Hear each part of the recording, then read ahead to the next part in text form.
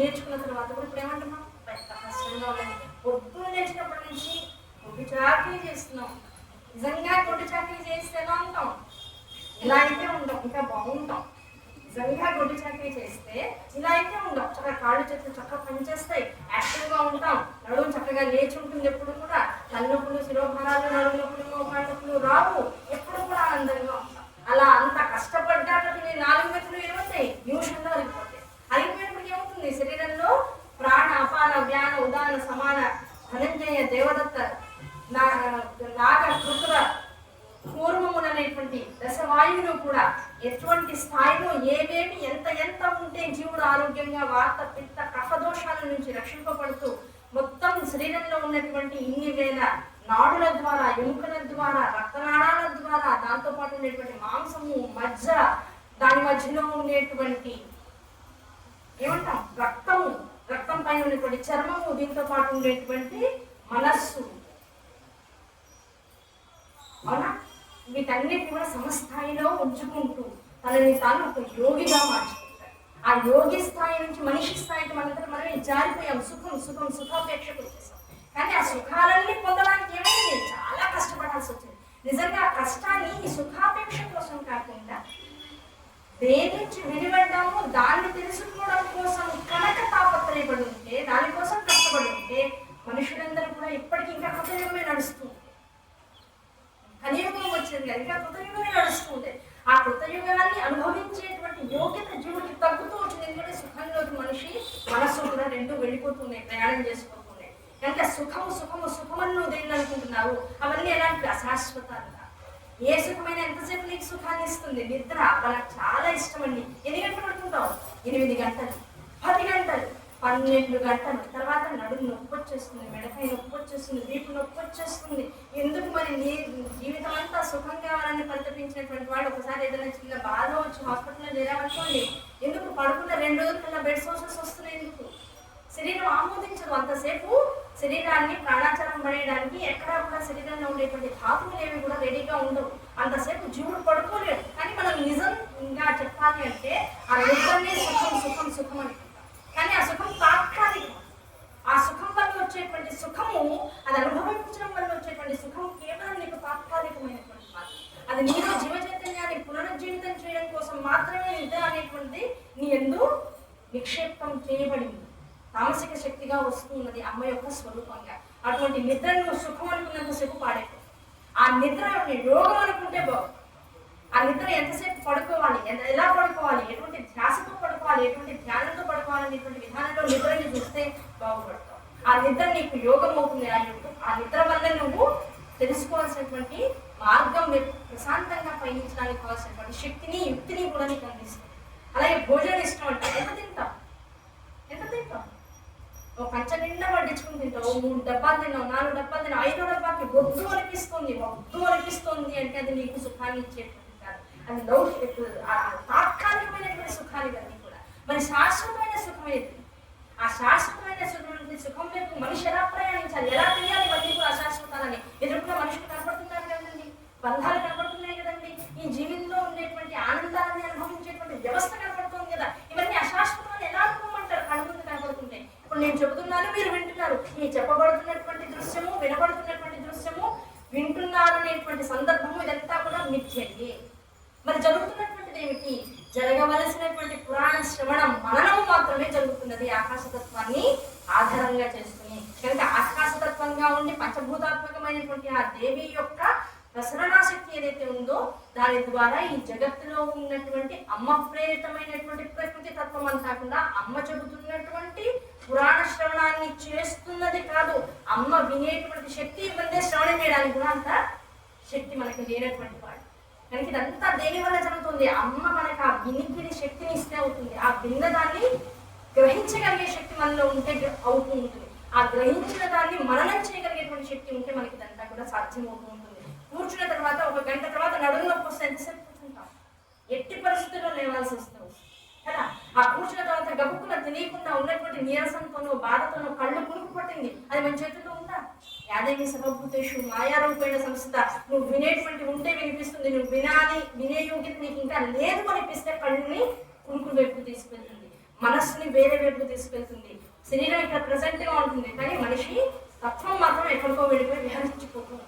కనుక ఇవన్నీ కూడా వినడము, వినగలడము, చెప్పడము, చెప్పేటువంటి విషయాన్ని గ్రహించడం, ఇవన్నీ కూడా ఎలాంటివంటే అమ్మ అనుగ్రహం అంటే ఏది జరగదు.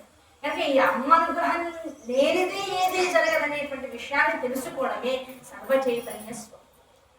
ఆవిడ ఎలాంటిది? ఈ సర్వ చైతన్యం అనబడేటువంటి శక్తి స్థాయికి అంతటి కూడా తన రూపాన్ని అవతరించి వచ్చింది.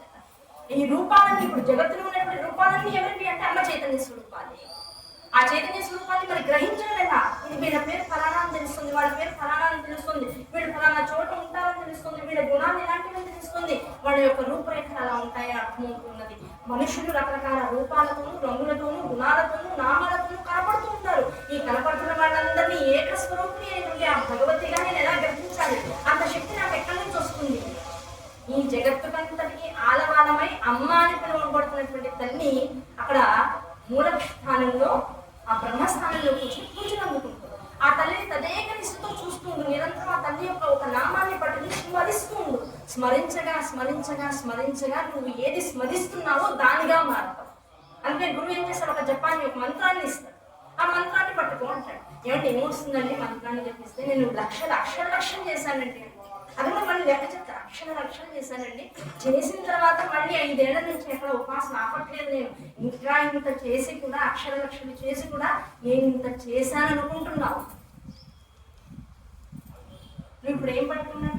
అందుకే చాలా మంది ప్రశ్నిస్తారు, మంత్రాన్ని పట్టుకుంటే ఏమొస్తుందండి? అమ్మవారు కనపడుతుందా? అమ్మవారు కనపడుతుందా కాదు, నువ్వు అమ్మవారిగా మారుతావు. అవునా కదా? అన్నాం కల్లాతరంగితాక్షి భూత పాశాంక పుష్ప బాణ చాప అనిమాది విరావతామయూకై. ఇలా రూపాన్ని అవధరించి వచ్చినటువంటి తల్లి తనకొక రూపాన్ని ఉంచుకున్నటువంటి తల్లి, ఆ రూపం లోపల అమ్మ యొక్క గుణాలన్నీ అలా ఉండలేక ఆ రూపాన్ని ఛేదించుకుని బయటకు వచ్చి ఒక నెమలి యొక్క వెనకాల పురి చక్కగా ఎంత విస్తారంగా విచ్చుకుని ఆనందాన్ని కలిగిస్తూ ఉంటుందో, అమ్మ రూపగతమైనటువంటి శరీరంలో నుంచి ఈ అనిమాగిరిమా సిద్ధులన్నీ కూడా బయటికి వెడలగక్కబడి దాని ద్వారా మొత్తం విశ్వమండలాన్నంతా కూడా చైతన్యవంతంగా చేసుకుంటాయి. అటువంటి స్వరూపాన్ని భావిస్తున్నాను అని 3 పాదాలు చెప్పాడు. మరి 4వ పాదంలో ఏం చెప్పాడు? జగత్తంతా విస్తరిస్తున్నటువంటి కాంతి రేఖల ద్వారా ఏ ఆనందాన్ని అయితే పొందుతూ ఆ అమ్మని భావిస్తున్నాను. ఇప్పుడు ఆ అమ్మని భావించడం కాదు, అమ్మ యొక్క రూపంగా నన్ను నేను దర్శించుకుంటున్నాను. ఎదురుకుంటా అమ్మవారి విగ్రహం పెట్టుకుంటాం, అమ్మవారి విగ్రహానికి షోడశోపచార పూజ చేస్తాం, దానికి రకరకాల నామాలు చెప్పుకుంటాం, ఆ షోడశోపచార పూజల్లో రకరకాల విషయాలన్నీ చేస్తుంటాం. ఇప్పుడు అమ్మవారి ఆ రూపం ఎక్కడి నుంచి వచ్చింది అంటే ఋషుల యొక్క మనస్సు నుంచి వచ్చింది. ఆ ఋషులు ఎవరు? మన వంశ పరంపరాగతంగా ఉన్నటువంటి పూర్వులే కదా. అందుకని నీ గోత్రం చెప్పగానే ఋషులు ఎవరిని అడుగుతారు, అవునా కదా? ఆ గోత్రాలు ఋషులు ఎక్కడి నుంచి వచ్చారు? ఎక్కడ నీ వంశం అయ్యా అని చెప్తారు. ఆ ఋషులందరూ దర్శిస్తే అమ్మకు ఒక రూపం వచ్చింది. ఆ రూపాన్ని ఎదుర్కొండా పెట్టుకుంటున్నాం. ఋషులు చేసినటువంటి అమ్మ యొక్క రూపము, ఆ ఋషులు నీ వంశస్థులు. అంటే ఇప్పుడు నువ్వేం చేస్తున్నావు? నీ మనస్సుతో అమ్మవారిని చూసావు. నీ వంశంలో ఎవరో కూడా అలా చూసారంటే వంశం అంతా చూసినట్లే లెక్క. అందుకే ఎన్ని గుళ్ళకి వెళ్ళినా ఆ ఋషుల్ని ఆ గోత్రాన్ని చెప్పుకుంటూ ఉన్నావు. ఇప్పుడు అమ్మవారిని ఎదుర్కొండా పెట్టుకున్నావు అంటే ఇప్పుడు అమ్మ ఎక్కడి నుంచి వచ్చింది? నీ మనస్సులోంచి వచ్చింది. ఆ రూపం ఎక్కడి నుంచి వచ్చింది? నీ భావం నుంచి వచ్చింది. ఎదుర్కొంటే అమ్మవారిని పెట్టుకున్న తర్వాత అయ్యో ఇది ఫలానా షాప్ లో విన్నాను ఎంత బాగుందో అనుకుంటే ఇప్పుడు నీ తత్వం ఎలాంటిది? ఆ షాప్కే పరిమితం అయిపోయింది. కాదు ఆ తల్లికి అంత అందమైన కళ్ళు, అందమైన ముక్కు, చక్కగా ఇంత బాగా చెక్కారు.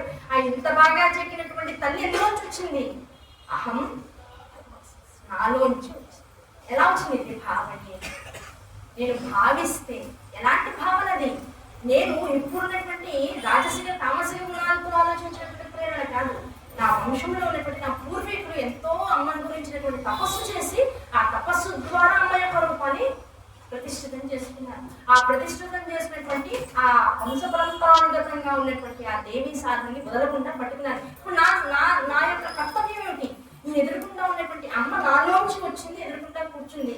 ఈ తల్లిని నాలోకి ప్రతిష్ఠించుకుని అమ్మగా నేను భాషించాలి, అమ్మగా మారాలి. దానికోసం ఈ తాపత్రయం అంతా. పూజ దేనికోసం అండి? నేను చేయగలను, నాకు మంత్రాలన్నీ వచ్చి, నాకు ఉపచారాలన్నీ చేయడం అద్భుతంగా వచ్చి, నాకు నమ్మకంగా వచ్చి, లేదా శ్రీ సూక్తం వచ్చి మొత్తం 10 సూక్తాలు చదువుతాను, లేకపోతే ఇంకో అద్భుతమైన సూక్తాలని చదువుతాను. ఇవన్నీ చెప్పుకోవడం కోసం కాదు. నువ్వు నీ శరీరాన్ని ఎలా శుభ్రం చేసుకుంటున్నావు? నీ శరీరం ఎక్కడి నుంచి వచ్చింది? సప్తధాతు నిర్మితమైనటువంటి దేహం. ఈ సప్తధాతు నిర్మిత దేహంతో పాటు పంచేంద్రియాలు, ఆ పంచేంద్రియాలు పనిచేయడానికి జ్ఞానము, ఆ జ్ఞానంతో పాటు ఈ శరీరము చక్కగా యాంత్రికంగా ఉండి దీన్ని ఎక్కడా కూడా అడ్డం పడేయకుండా ఉండడానికి కర్మేంద్రియాలు, దీంతో పాటు అహంకారము, మనస్సు, బుద్ధి, చిత్తం, ఈ 4 ఇంత వ్యవస్థ లోపల ఉంది. ఇంత వ్యవస్థ వచ్చింది అంటే అమ్మ కన్నటువంటి మనకి ఈ భౌతికమైనటువంటి శరీరాన్ని ఇచ్చినటువంటి మన తల్లిదండ్రులు ఎవరైతే ఉన్నారో వారి ప్రేరణతో పాటు ఇంకేదో ప్రేరణ పని చేయకపోతే ఇంత యంత్రాంగాన్ని లోపల పెట్టుకుని, పైగా ఇది ఎంత ఉంటే ఆ యంత్రాంగం అంతే ఉంటుంది లోపల. చిన్న శిశువుగా పుట్టి ఆ శిశువుకు తగ్గ యంత్రాంగమే లోపల ఉంటుంది. వాడు పెడుతున్న కొద్ది యంత్రాంగం కూడా పెడుతుంది, దాని అంతా అతిగా విస్తరిస్తూ పోతుంది. అది ఏమన్నా తేడా వచ్చిందంటే వాడు స్పెషల్లీ ఏబుల్డ్ అని చెప్పేసి పక్కన పెట్టేస్తాడు. ఫిజికల్లీ డిజార్డర్ అనేటువంటి పదాలు పోయి ఎస్పెషల్లీ ఏబుల్డ్ కదా, వాళ్ళు డిఫరెంట్ ఏబుల్డ్. ఆ డిఫరెంట్ ఏబుల్డ్ అనేసి పక్కన పెట్టేస్తున్నాం. మరి డిఫరెంట్ ఏబుల్డ్ కాకుండా అమ్మవారిచే అన్ని రకాల ఎబిలిటీస్ మనలో పెట్టుకున్న తర్వాత మరి మనం చేయాల్సిందేంటి? నాతో పాటుగా శరీరం పెరుగుతుందా? ఇప్పుడు మనం సంచి కొనుక్కున్నాం, ఆ సంచిలో ఇన్ని సామాన్లు కొనుక్కుందాం, ఇన్ని సామాన్లు పెట్టుకుందాం అనుకున్నాం. అన్ని సామాన్లు కాక ఇంకొక సామాన్ అనుకోకుండా ఎక్కువైందో తక్కువైందో అనుకుందాం. ఆ సంచి అయితే అల్లలాడుతుంది, లేకపోతే పెరిగిపోయి దాని కడుపు చెడిపోతుంది. కానీ ఇది గబుక్కులో 10 రోజులు కూడా బాగా కూర్చుని ఏదో ప్రవచనానికి వచ్చి చక్కగా వండి పెడుతుంటే శుభ్రంగా తిని పొట్ట పెరిగింది అనుకోండి, ఆ పొట్ట పెరిగిన దానికి శరీరం తదనుసరణంగా అందంగానే కనపడుతుంది. ఇంకేదో శరీరంలో అవయవం పెరిగినా అలాగే ఉంటుంది. అంటే ఎంత పెరిగినా ఎంత తగ్గినా ఇది దీంతో ఇక్కడికే ఉండడానికి అవకాశం లేకుండా అంత ఫ్లెక్సిబిలిటీ దానికి ఇచ్చారు. ఎవరు ఇచ్చారు? అది నా స్వయంకృతమా? నేను ఏమన్నా చేశానా దీనికోసం? కాదు. ఇదంతా చేస్తుంది అంటే ఒక శక్తి ఏదో నా మీద పనిచేస్తుంది. ఇదంతా కూడా ఒక భగవతి నాకు అనుగ్రహిస్తే తప్ప వచ్చింది తప్ప ఈ శరీరము ఊరికే రాదు. ఇది ఎందుకు వచ్చింది? కేవలం పొద్దునే లేచి చక్కగా పనులు చేసేసుకుని నాకున్నటువంటి కుటుంబ వ్యవస్థనంతా కూడా తీర్చిదిద్దుకుని అందులో నేను ఏదో వండుకుని తిని పడుకుని మళ్ళీ లేచి మళ్ళీ వండుకుని మళ్ళీ తిని మళ్ళీ వండుకుని మళ్ళీ పడుకుని మళ్ళీ తిని మళ్ళీ వండుకుని ఇక్కడికి ఆగిపోవడానికి కాదు. ఈ శరీరం ఇంత ఇవ్వబడిందంటే దీని ద్వారా ఇంకేదో నేను తెలుసుకోవడం కోసం ఇంత వ్యవస్థ. ఏ జగత్తులో ఎన్నో జీవరాశులు ఉన్నా కూడా వాటిలో మనిషికి ఒక్కడికే మనస్సు, బుద్ధి, మాట, ఈ 3 పెక్యులర్గా మనస్సు పనిచేయడం, దాంతోపాటు బుద్ధి అనుసంధానం అవడం, ఆ బుద్ధి మనస్సుతో పాటు వాక్ వైఖరి స్వరూపం వాళ్ళకి అనుగ్రహింపబడ్డాం. మనుషులకు ఒక్కడికే ఆ మనుషులకు ఒక్కడికే ఉన్నటువంటి విధానంలో మరి ఎందుకు ఇవ్వబడ్డాయి? ఎందుకు మనం స్పెషల్గా ఉన్నాం?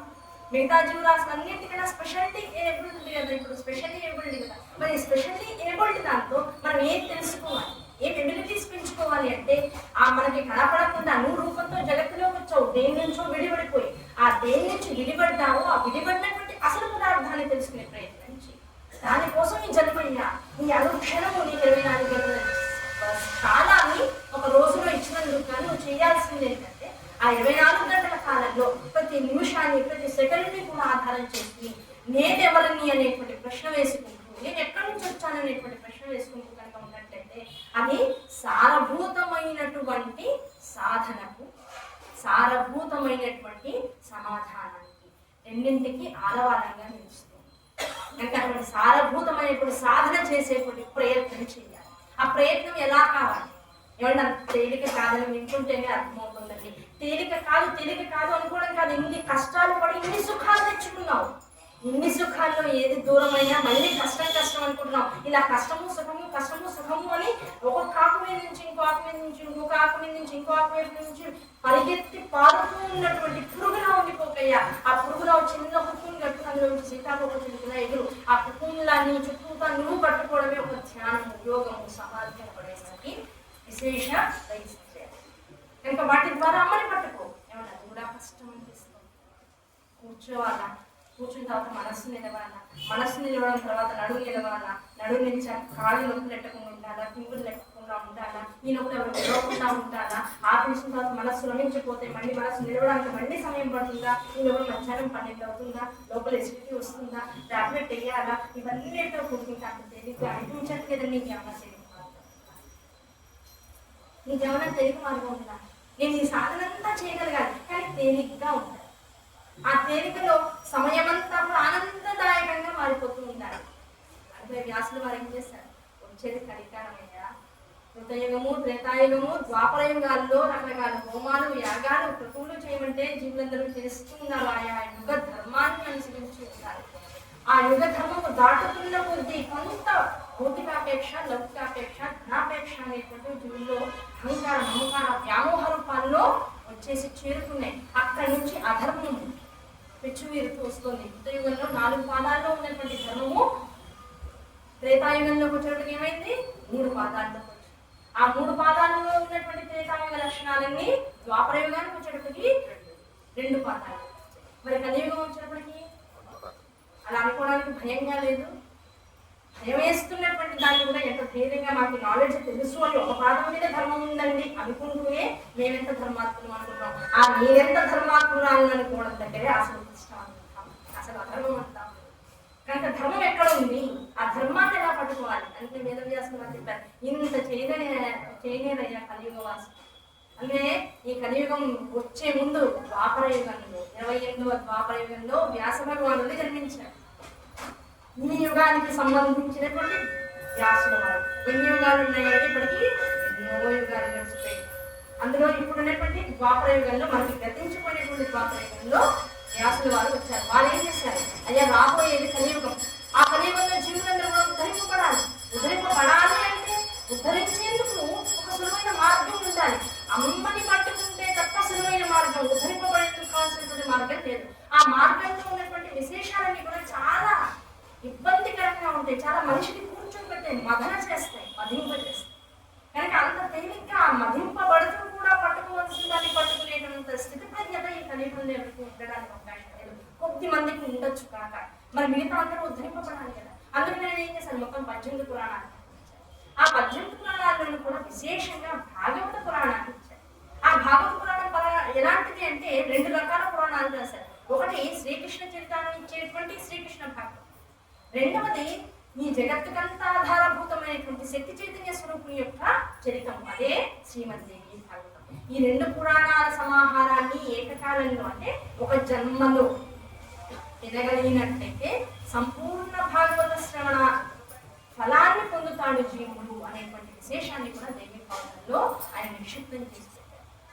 ఈ దేవీ భాగవతం వినడం వల్ల ఏం జరుగుతుంది, దేవీ భాగవతం కావచ్చు, కృష్ణ భాగవతం కావచ్చు, మిగతా 17 పురాణాలు కావచ్చు. అయ్యో 17 అంటున్నారు, 18 పురాణాలు ఇప్పుడే మనం అనుకున్నాం భాగవత స్వరూపం.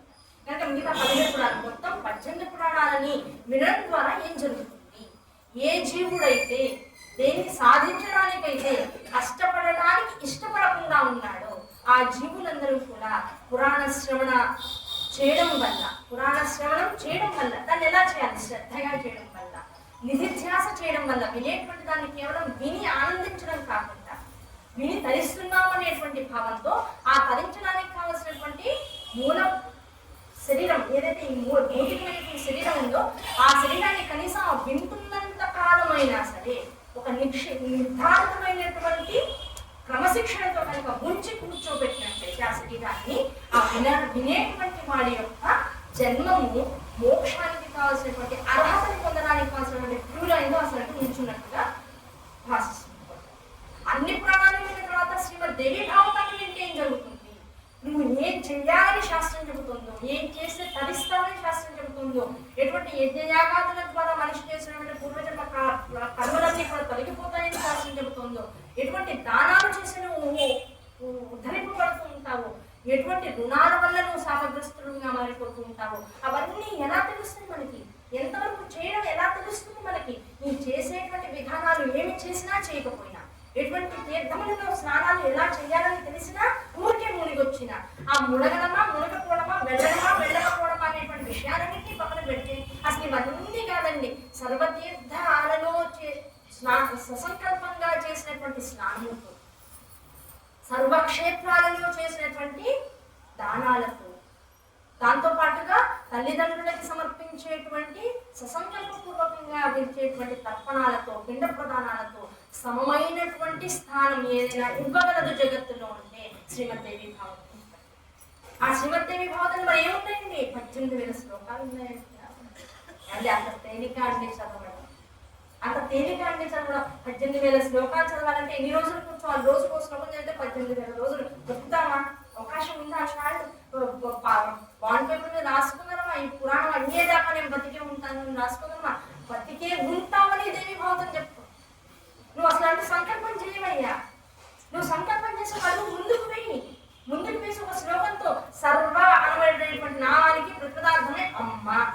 ఆ సర్వ చైతన్యం అనేటప్పటికీ నీకు అమ్మ తత్వం లోపలికి ప్రకోపనం చెందుతుంది. దాన్ని అనుభవించేటువంటి స్థితికి నువ్వు వస్తున్నావు. ఆ స్థితి వచ్చిన తర్వాత ఆ అమ్మ నువ్వు ఎందుకు అమ్మ అని పిలిచావో ఆ అమ్మ అనేటువంటి పిలుపు వెనకాల ఉండేటువంటి ఆర్ద్రతని తను తెలుసుకుని ఆర్ద్రతకి ప్రేరణ చెంది ఆ ప్రేరణ ద్వారా నీకు ఇవ్వవలసినటువంటి సంపూర్ణ కారుణ్యాన్ని నీకు అందించి నువ్వు ఆ కారుణ్యాన్ని అనుభవించే స్థితి నువ్వు పూర్తిగా అనుభవించేదాకా ఉండి నువ్వు తృప్తి చెందాక అప్పుడు రామాయణాన్ని నువ్వు సంకల్పం చేయకుండానే అయ్యో అన్నాడు బతుకుతానా అంత తేలిక ఇవన్నీ చదవడం చాలా కష్టం అండి. పుస్తకమే చూడండి ఎంత బరువుగా ఉందో. ఇంత బరువు పుస్తకాన్ని మోయగలమా, పెట్టుకోగలమా, చదవగలమా అని అనుకుంటే ఆ చేయగలమా, చదవగలమా అనేటువంటి చోట ఆ మా దగ్గర మకారాంతం చెందిపోయి మళ్ళీ ఓంకారంలో పెడుతున్నాం. సృష్టి స్థితి లయ తిరోధాన అనుగ్రహాలు అనేటువంటి దానిలో కేవలం సృష్టి స్థితి లయ దగ్గర ఆగిపోయి మీరు ఎప్పటికప్పుడు పునరపి జననం పునరపి మరణం పునరపి జనని జఠరే ఇక్కడే ఉంటున్నాం. ఆ ఏం కాదు అవన్నీ కూడా ట్రాష్ శాస్త్రాలు చెప్పినవి. నీ జన్మ ఇదేట, ఇప్పుడేట సుఖాలన్నీ పొందాలి, మళ్ళీ జన్మ ఉండదుట. ఈ కాలన్నీ కూడా వేదం ఎక్కడ చెప్పాల ఉంది. ఇది ఇలా చేస్తుంది, ఇది ఇలానే ఉంటుంది. నువ్వు ఇలా చేయకపోతే భ్రష్టుపడిపోతావు, తిరుగుతూ ఉంటావు, మొత్తం జగత్తంతా కూడా భ్రమిస్తూ ఉంటావు. ఇదే వేదం చెప్పేటువంటి. అమ్మ ఏం చెప్తుంది? ఆకలేస్తుందా తిను మూస్తుంది, తినవా నచ్చట్లేదా ఆకలేసేదాకా పస్తుంది. రెండే విషయం. ఈ రోజుల్లో ఇది అక్కర్లేదా బేకరీ నుంచి బర్గర్ తెప్పిస్తా, పిజ్జా ఆర్డర్ పెడతా, లేకపోతే ఇంకోటి ఏదో తెప్పిస్తా, స్విగ్గీ ఉంది. అమ్మకు ప్రతిపదార్థాలు నా పర్యాయ పదాలు వచ్చేసాయి. స్విగ్గీలు, జొమాటోలు, రకరకాల పదార్థాలు. ఇప్పుడు ఇవన్నీ పెడుతున్నాం కనుక వాడు ఏం చేస్తున్నాడు? అమ్మని వదిలేసి మిగతా అన్ని చోట్ల సుఖాన్ని పెట్టుకోవాలి. అది ఎప్పటికీ రాలి. వీటన్నిటి నుంచి వాడికి ఏదో తిని ఏమవుతుంది? లోపల పుట్టకూడదు ఏదో పుట్టేటప్పటికి ఏమవుతుంది? అప్పుడు ఇంకా బాధతో అమ్మ అమ్మ అమ్మ అని బాధపడుతున్నాడు. ఆ బాధలోంచి మళ్ళీ జీవుడు ధరించాలి. ఈ శరీరం దర్శిపోయిందిరా, ఈ శరీరం నేను తీసేసుకుంటాను, మళ్ళీ కొత్త శరీరం ఇస్తాను. మరణం మనం అందరం కూడా శాపం అనుకుంటూ ఉంటాం, కానీ అమ్మ దృష్టిలో మరణం ఎలాంటిది? ఈ గుడ్డ పాడైపోయింది, నాకు చింకిపోయింది. ఈ చింకిపోయిన గుడ్డతో నువ్వు ఎంతకాలం సాధన చేస్తావు? ఇది తీసి పండగ రోజు కొత్త బట్టలు వేసుకుంటే ఎంత ఉత్సాహం వస్తుందో, కొత్త జీవితాన్ని కొత్త జన్మనిస్తా. అతికరమైనటువంటి అంటే పెరిగినటువంటి ఉత్సాహంతో, పెరిగినటువంటి చైతన్యంతో మళ్ళీ నీ సాధనని మొదలెట్టని మళ్ళీ జన్మనిస్తాం. ఈ సృష్టి స్థితి లయంలో ఈ జన్మము పొందడము, మరణాలు పొందడము, ఈ మధ్యలో జీవితాన్ని అంతా కూడా మాయామోహితంగా చేసుకుంటున్నాం. ఇవన్నీ కూడా మనకి సభ్యమైనటువంటి మార్గంలో లేకపోతే అబ్బా ఇదంతా ఎంత కష్టంగా బాబు, ఎంత బాధగా బాబు అనిపిస్తుంది. కానీ దీన్ని అమ్మ యొక్క కారుణ్య స్వరూపంగా కనుక దర్శించగలిగితే ఇవన్నీ కూడా అనుగ్రహాలు, ఇవన్నీ అనుగ్రహాలు. మరణం కూడా అనుగ్రహమే. అది అక్కడికి ఆగితే వచ్చేటువంటిది ఇంతకన్నా ఉత్కృష్టమైనటువంటి. ఏది ఎక్కడ ఆగుతుందో ఒక పేజీ రాస్తూ వచ్చాం. శ్రీరామ శ్రీరామ శ్రీరామ అని రాసుకుంటూ వచ్చాం. ఇది చివరి పేజీలో చివరి గడిలో శ్రీరామ ఆగింది, కొత్త పేజీ తీసాం. ఎలా ఉంటుంది? మళ్ళీ మొదలెట్టాలి. ఆ మొదలెట్టాలనేటువంటి భావన జీవులకు ఆనందాన్ని కలిగిస్తుంది. ఎలా ఎక్కడ మొదలెట్టాలి? వెనకాల ఎక్కడ ఆపావో అక్కడ నుంచి మళ్ళీ మొదలెట్టాలి. మళ్ళీ మొత్తం ఆ నుంచి మొదలెట్టమని ఎక్కడ చెప్పాలా? అవునా కదా? ఎందుకంటే ఈ జీవితంలో నువ్వు ఎంతవరకు సాధించగలవు, ఎంతవరకు తెలుసుకోగలవు, ఎంతవరకు అమ్మతత్వాన్ని ఒడిసి పట్టుకోగలవో ప్రయత్నించవయ్యా. ఎక్కడ ఆగుతుందో అక్కడ అమ్మవారికి నమస్కారం పెట్టుకుంటూ ఆగిపో. తర్వాత పేజీ ఎక్కడ మొదలవుతుంది? నువ్వు ఎక్కడ ఆకవో అక్కడ నుంచి మొదలవుతుంది. కనుక ఈ జన్మ పరంపర అంతా దేనికోసం? ఉత్తమమైనటువంటి అతి ఉత్కృష్టమైనటువంటి విద్యను నీకు అందించడం కోసం ఈ జన్మ పరంపర అంతా. ఇది వరకు ఎన్ని జన్మలు పెడిపోయాయి అమ్మ, ఎన్ని జన్మల్లో ఎన్ని విధాలుగా ఎంత తెలిసి తెలియకుండా నేను పట్టుకున్నాను. ఈ జన్మకి నిన్ను తెలుసుకునే విధానంలో ఈ స్థాయిలో నన్ను నింపుతాను.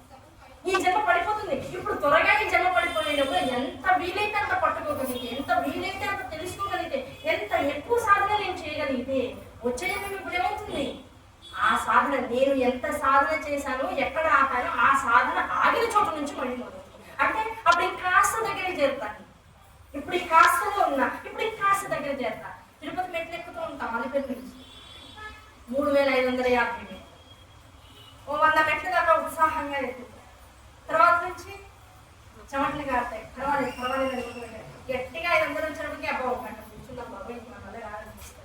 అన్నీ అయిపోయి కష్టపడి శ్రమపడి 3 గంటల్లోనో 4 గంటల్లోనో 6 గంటల్లోనో 7 గంటల్లోనో ఆ 3500 మెట్ల దాకా వెళ్ళాలంటే ఏమనిపిస్తుంది? 50 మెట్లే. అవునా కదా? ఇప్పుడు జన్మలు ఎలాంటివి?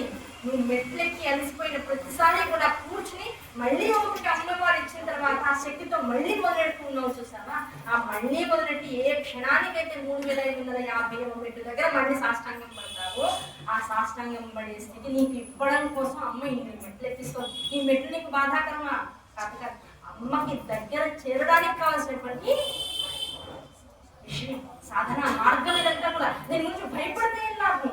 అందుకని అమ్మ చెప్పింది ఇదంతా కూడా నిజంగా నువ్వు మరణం పడడం గుండె బాధలు ఏడుస్తున్నావు. ఇక్కడ మరణించాడన్న వాడి గురించి నువ్వు పెట్టుకునేటువంటి అటాచ్మెంట్స్ వల్ల బాధపడుతున్నావు. కానీ ఆ మరణించిన వాడు అదృష్టవంతుడా. ఈ మరణం అనేటువంటి నాకు దగ్గర చేస్తుంది కానీ మరణించాలని కోరుకోవాలి. ఆ మరణం వచ్చే లోపల ఎంత సాధించాలో తెలుసుకోవాలి.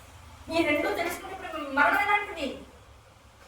విద్య జగదధిష్టాన ముక్తిద ముక్తి రూపిణి అమ్మవారి నామం. చాలా ఇష్టమైన నామం. నాకు చాలా ఇష్టమైన నామాల్లో ఒక నామం విద్యా జగదధిష్టాన. ఇదంతా మిథ్య అని చెప్పబడుతుంది జగత్తంతా కూడా. ఏమంటే కనపడుతుంది మిథ్య ఎక్కడ? ఇందాక అక్కడే కనపడుతుందంతా ఇది మిథ్య. మిథ్య ఎలా తెలుస్తుందండి? నిజంగా ఇదంతా కనపడుతుంది కదా. ఇంతమందిని కూర్చున్నాం, ఇంతమంది వింటున్నాం, ఇంతమంది తలకాయలు ఆపుతూ ఊపుతున్నాం. అద్భుతంగా ఉంది, ఆనందంగా ఉంది. లేకపోతే బాబా ఏంట్రా సోది ఏదో ఒక భావంతో అయితే ఉన్నాం కదా. ఇది మిథ్య ఎలా అవుతుంది? దానికి అద్భుతమైనటువంటి ఉదాహరణ చెప్తుంది సౌభాగ్య భాస్కర్. సౌభాగ్య రాయల వారు లలితా సహస్రనామ భాష్యాన్ని రాస్తూ దానిలో అమ్మవారి యొక్క అనుగ్రహంతో ఒక్కొక్క నామానికి ఒక్కొక్క విశేషమైనటువంటి వివరణ ఇచ్చారు. ఆ సౌభాగ్య భాస్కరంలో ఉన్నటువంటి నేను ప్రేరేపించింది నేను కూర్చుంది ఏమీ లేదు. అందులో చెప్తాను, వయసు ఉడికినటువంటి తాతగారు ఒక 70 ఏళ్ళు వచ్చాయి. తాతగారు వయసు ఉడికిపోయింది, అన్ని చూసేసాడు జీవితంలో. ఆయన అప్పుడే తన కొడుకు ద్వారానో కూతురు ద్వారానో వచ్చినటువంటి మనవాడిని ఒకరిని చేతిలో పట్టుకుని బయటికి వెళ్ళాడు. బయటికి వెళ్తే ఏమైంది? ఒక వాడికి ఏదో చాక్లెట్ కొని ఇవ్వాలనో బిస్కెట్ కొని ఇవ్వాలనో కాసేపు అలా తిప్పి రావాలనో ఇంట్లో అల్లరి చేస్తున్నాడు. బయట తీసుకెళ్తే అనుకోకుండా వీధి చివరి నా చిన్న మ్యాజిక్ షో ఏర్పాటు చేశారు. ఆ మ్యాజిక్ షో ఏర్పాటు చేసి వాడు అడిగాడు, తాత మ్యాజిక్ షో సరే కానీ మీరు కాసేపు అక్కడ కామె కూర్చుంటాడు, ఎందుకు వచ్చింది వాళ్ళ నాకు నడక తప్పకుండా అలసిపోతాడు అంటే తీసుకెళ్ళి మ్యాజిక్ షో వచ్చినప్పుడు ఇక్కడ ఏమైంది? ఆ చేస్తున్నటువంటి వాళ్ళు ఇంద్రజాలికుడు ఎవరైతే ఉన్నారో వాడు ఏం చేస్తున్నాడు? రకరకాల మంటలను బయటికి తీస్తున్నాడు. పుష్పాలను దానిలో ఒక పెద్ద మంట ఏర్పాటు చేసి దాన్ని ఇలా ఖర్చుతో ఇలా అనగానే అందులో నుంచి పూలు బయటకు వస్తున్నాయి, కుంటేళ్ళు బయటకు వస్తున్నాయి. ఇంకెక్కడి నుంచో ఉన్నటువంటి ఒక గాడులకు వినపడుతుంది, సింహాలు అలుపులు వినపడుతున్నాయి. రకరకాల ఒకసారి ఆనందాన్ని కలిగించే విషయాలు జరుగుతున్నాయి, ఒకసారి భయాన్ని గొలిపేటువంటి విషయాలు జరుగుతున్నాయి. కొన్నిసార్లు చాలా విచిత్రంగా అసలు ఏం జరుగుతుందో అర్థం కాకుండా చాలా విస్మయంగా జరిగేటువంటి దాన్ని చూసి ఆశ్చర్యపోయేటువంటి విషయాలు జరుగుతున్నాయి. ఇవన్నింటికి ప్రేరేపితమవుతున్న వాడెవడు? పిల్లవాడు కూర్చున్నాడు, మంట బయటికి రాగానే తాతకు పడుతున్నాడు, పూలు బయటికి రాగానే ఆనందించి చప్పట్లు కొట్టాడు. టోపీలోంచి బయటికి కుందేళ్ళు రాగానే ఆనందించాడు. ఆ కుందేళ్ళని విసిరేయడంతోనే అది పెద్ద సింహం అయిపోతే భయపడిపోయి ఒక్కసారిగా తాత పంచలో మొహం దాచేసి పెద్ద గాండ్రికం వెళ్ళగానే భయపడిపోయాడు. అందులోంచి కిలకిల రావాలతో పక్షులు ఎగిరేటప్పటికల్లా ఆనందిస్తున్నాడు. ఈ భయాలు భ్రాంతులు పొందుతున్న వాడు పిల్లవాడు దానికి లోనైపోతున్నాడు. జరుగుతున్న మాయాజాలానికి లోనైపోయి భయం వేసినప్పుడు భయంగాను, భ్రాంతి కలుగుతున్నప్పుడు భ్రాంతిగాను, ఆనందం కలుగుతున్నప్పుడు చప్పట్లు కొడుతూ తన యొక్క విషయాలన్నింటినీ కూడా యథార్థంగా అనుభవిస్తున్నాడు. చోట్లు పడుతున్నప్పుడు చోట్లు పడుతున్నాయి, ఆనందిస్తున్నప్పుడు ఆనందంగా ఉన్నాడు. కానీ పక్కనున్న తాతగారు ఏం చేస్తున్నాడు? ఇదే మ్యాజిక్ షో తాతగారు కూడా చూస్తున్నాడు. ఇలా చూస్తున్నాడు, జరుగుతున్న మ్యాజిక్ ని చూస్తున్నాడు. కానీ ఆయన దృష్టి అంతా ఉంది చేస్తున్నటువంటి ఇంద్రజాలం జరుగుతుంది. ఆ ఇంద్రజాలికుడి మీద ఆయన చూస్తున్నాడు. అబ్బా ఎంత బాగా చేస్తున్నాడు వాళ్ళు. ఆ పువ్వుల నుంచి మంటలు తెప్పించడం కోసం అసలు ఎలా వచ్చిందో ఎవరికి అర్థం కాకుండా ఇంత సాధన చేశాడు. గొప్పగా ఉంది వీడు ఇంద్రజాలం అంతా కూడా అని జరుగుతున్న దానికి దేనికి లోను కాకుండా పువ్వులు వచ్చినా, సింహం వచ్చినా, కుందేలు వచ్చినా, పెట్టలు వచ్చినా, పువ్వులు వచ్చినా దేనికే భయపడట్లేదు. దేనికి లోను కావట్ల జరుగుతున్న దాన్ని కేవలం చూస్తూ ఆనందిస్తూ దీనంతా చేస్తున్న వాడిని శ్లాఘిస్తూ మనం ఉన్న స్థితి ఈ జగత్తంతా కూడా ఇంద్రజాలం జరుగుతున్నటువంటి స్టేజ్. ఇంద్రజాలంలో జరుగుతున్నటువంటి కష్ట సుఖాలు, భయాలు కల్పించేటువంటి విషయాలు, భ్రాంతుల్ని కల్పించేటువంటి విషయాలు అన్ని మనం ముందు జరుగుతున్నాయి. ప్రతిదానికి లోనైపోతున్నాం. ఇప్పుడు మన వయస్సు ఎంత భయపడుతున్నావో, ఎంత లోనైపోతున్నావో, ఎంత గుండెలు బాదుకుంటున్నావో అంత చిన్న వయసు మీద అన్ని జన్మలే ఉన్నాయి. నువ్వు ఆ స్థాయిని పెంచుకో పెంచుకో పెంచుకో. ఒకనొక జన్మ వస్తుంది తాతగారులా కేవలం ఇంద్రజాలికుడిని మాత్రమే గ్రహిస్తూ ఇంద్రజాలాన్ని చూస్తే ఆనందిస్తూ ఉంటాం. ఈ జరిగేటువంటి వ్యవహారాలని కూడా ఆ భగవతి యొక్క ప్రేరణ ఆవిడ చేసేటువంటి ఇంద్రజాలం అనేది అంతా కూడా అది ఎప్పుడైతే తెలుసుకుంటావో జరుగుతున్న దాని పట్ల మనస్సు ఏమాత్రం కూడా ఎవరి పాటకు లోను కాదు. జననం జరిగినా ఒకటే భావన, మరణం సంకల్పించినా ఒకటే భావన, డబ్బు వచ్చినా ఒకటే ఆనందం, వెళ్ళిపోయినా ఒకటే ఆనందం. ఆయన ఇచ్చాడండి శివుడు, నన్ను కోటీశ్వరుని చేశాడు. ఒక రోజు వచ్చి ఒక దొంగ వచ్చి ఎత్తుపోయాడు, ఎవరిచ్చాడో వాడే తీసుకుపోయాడు. నాదేమి అనుకోగలిగితే అక్కడికి మోక్షం. ఆ స్థితికి వచ్చేదాకా అమ్మ ఏం చేస్తుంది? ఈ మిథ్యానపడుతున్నటువంటి జగత్తులో నిన్ను పంపిస్తుంది. నువ్వు అలవాటు పడరా. కష్టము ఎన్నాళ్ళు కష్టం, కొత్తగా పెళ్ళైనటువంటి ఆడపిల్లకి వంట ఉండడం ఎన్నాళ్ళు కష్టం. ఒక 6 నెలలు, ఒక సంవత్సరం, 2 ఏళ్ళు, 3 ఏళ్ళు, 5 ఏళ్ల తర్వాత అమ్మ ఇంటికి వెళ్ళింది అనుకోండి, కూతురు ఇంటికి వెళ్ళింది అనుకోండి, ఏం చేస్తుంది? అమ్మ కూర్చొని 5 నిమిషాలు వంట చేసి పెట్టాలి. ఇదివరకు ఆ వంట ఏమయ్యేది? గంటలు పట్టేది. అమ్మ ఉప్పు ఎంత అయ్యాలి, అమ్మ నువ్వు చెప్పినట్టుగా చేసే ఏదో అయింది, అమ్మ ఇందులో ఏదో వాసన వస్తుంది, అమ్మ నువ్వు చేసిన రుచి రాలేదు, ఇన్ని కామెంట్స్ చేసింది, ఇన్ని కంప్లైంట్స్ చెప్పింది. సంవత్సరాలు గడుస్తుండగా, అంటే కష్టాన్ని నువ్వు నిరంతర సాధన చేస్తూ ఉండగా ఇప్పుడు ఆ కష్టం ఏమైంది? 5 నిమిషాల పని అయిపోయింది వంట. ఆ వంటతో పైగా అమ్మే ఉంటుంది. ఇప్పుడు తిన్నాక 5 గంటలు చేసి ఏది చేసినా భయపడుతూ ఉన్నటువంటి పిల్ల ఆ స్థాయి నుంచి కొన్నాళ్ళు సాధన చేసి అన్ని నేర్చుకునే స్థాయికి వచ్చాక ఆ పిల్ల వంట వండి పెడుతుంటే ఇప్పుడు అమ్మే ఉంటుంది, బాగా చేసావే, నాకన్నా బాగా చేసావు, అసలు నాకు ఎప్పుడు ఇలా రుచి రాలేదు, నువ్వు ఎక్కడ నేర్చుకున్నావే అంటే. ఇప్పుడు విద్యను ఎవరు నేర్పించారు? అమ్మే నేర్పించింది. మళ్ళీ ఆ విద్యలన్నీ నువ్వు ప్రకటిస్తుంటే చూసి ఆనందిస్తున్నావు, అమ్మే ఆనందిస్తుంది. కానీ ఇందులో నువ్వు ఎక్కడున్నావు? అమ్మ ద్వారా వచ్చావు, అమ్మ నేర్పిస్తే నేర్చుకున్నావు, అమ్మ మళ్ళీ అనుభవిస్తుంటే చూసి నేను మెచ్చుకుంటుంటే అమ్మ మెచ్చుకుంటుంది కనుక నన్ను కాకపోతే ఎవరు నేర్చుకుంటుందని ఆనందించగలాలి. ఇది తపస్సురా. ఇటువంటి తపస్సు చేయి. ఇటువంటి తపస్సు చేయడం కష్టం అనుకుంటున్నావు, మరి ఆ కష్టం తీరేదా? దేవి భావతని ఈ దేవి భావతలో 18,000 శ్లోకాలు నువ్వు మొదలెట్టు. కనీసం ఆ మొదలెట్టి మొత్తం 18,000 శ్లోకాలు జీవితం మొత్తంలో ఒకసారి చదివే ప్రయత్నించి. కష్టం అనిపిస్తుంది, కనీసం పురాణ శ్రవణం చేయడానైనా. ఆ పురాణ శ్రవణం చేసి దాన్ని నిష్ఠగా శ్రద్ధగా శరీరాన్ని కూర్చోబెట్టి చేసే ప్రయత్నం చేయాల. 9 రోజులు కాకపోతే కనీసం 9 నిమిషాలైనా విను. దానివల్ల ఉద్రేకపడు. అమ్మ మాట విన్న తర్వాత మళ్ళీ మనస్సు అమ్మ వైపుకి గమనించగలిగేటువంటి ప్రేరణ కనుక ఒక ప్రవచనం ద్వారా పొందగలిగినట్లయితే ఇంకా ఆ జన్మ మరుజన్మ పొందడానికి అర్హతని కోల్పోయింది. మరుజన్మ పొందకుండా ఉండగలిగేటువంటి మోక్ష యోగ్యతని పొందింది. అటువంటి మోక్షానికి యోగ్యతను ఇవ్వగలిగినటువంటి పురాణం ఏదైనా ఉంది జగత్తులో ఉంటే అదే శ్రీమద్దేవి భాగవతం. ఎంత విశేషమైనటువంటి పురాణం కాకపోతే దాని గురించినటువంటి ప్రేరణ ఇంతగా లోపల నుంచి రావాలి. అంత చెప్పుకుంటే తప్ప ఇప్పుడు వినబడేటువంటి ప్రతి పదము కూడా అమ్మ పదముగా, అమ్మ పాదంగా దర్శనం ఇవ్వడానికి అవకాశం ఉంది. కనుక అమ్మని తెలుసుకోవాలంటే ఏం చేయాలి? ముందు అమ్మ ఎటువంటిదో, అసలు ఇదంతా ఎందుకు, ఇదంతా వచ్చినందువల్ల మనం చేసినందువల్ల ఏం సాధిస్తామో, ఈ సాధనలన్నీ ఎటువైపు మార్గాలు, ఎటువంటి దిశానిర్దేశాలు ఇవన్నీ తెలుసుకోగలిగితే అప్పుడు జీవుడు వేసేటువంటి ప్రతి అడుగు తెలిసి వేస్తాను. నేను పని చేస్తున్నాను, తెలిసి వేస్తున్నాను. తెలిసి అంటే అర్థం ఏంటి? అమ్మని చేరుకోవడం కోసం చేస్తున్నాను.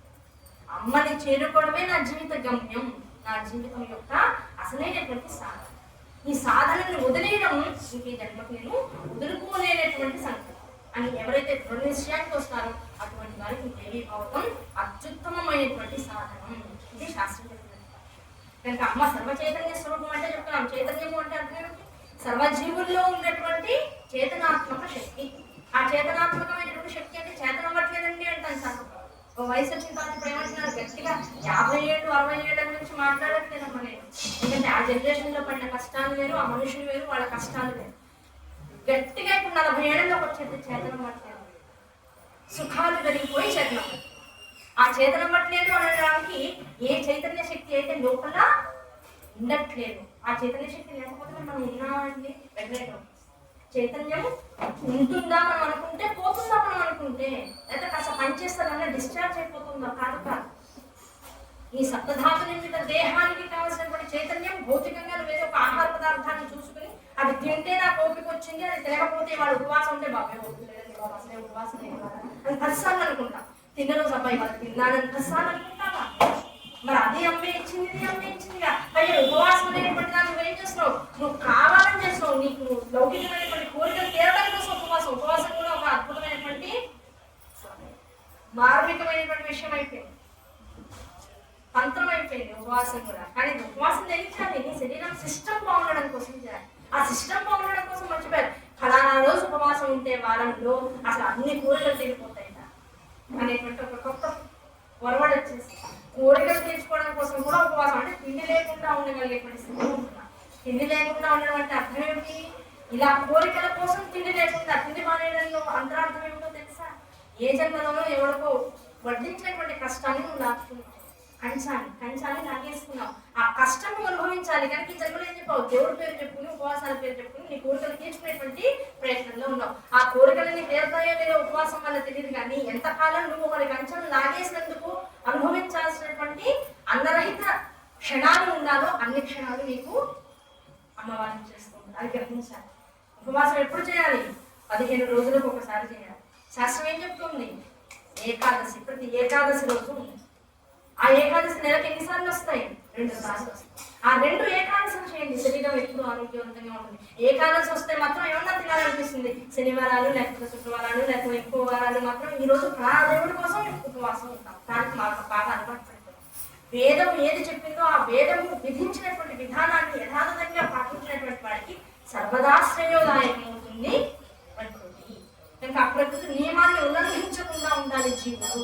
ఉపవాసం ఉండొద్దని కాదు, శరీరాన్ని మితిమీరి కష్టపెట్టినా అదేమవుతుంది? ఒక సందర్భంలో ఎప్పుడైతే చేతనావస్థని కోల్పోయేటువంటి వృద్ధాప్య నీలోకి వస్తుందో అతి ఉపవాసాల వల్ల శరీరము తెలియకుండానే ఆహారం పట్ల వ్యామోహాన్ని చూపిస్తుంటుంది. ఆ వ్యామోహం పట్ల నిజంగా తపస్సు చేయవలసినటువంటి వయసు ఎప్పుడైతే నీకు వస్తుందో అప్పుడు నువ్వు విషయాలకు ఇంకాస్త లోబడిపోయేటువంటి మాయ పేరుకుంటుంది. కనుక దేన్ని అతిగా వదులుకోకు, దేన్ని నతి చేసుకో. ఇవన్నీ కూడా శాస్త్రధర్మాన్ని చెప్పాను.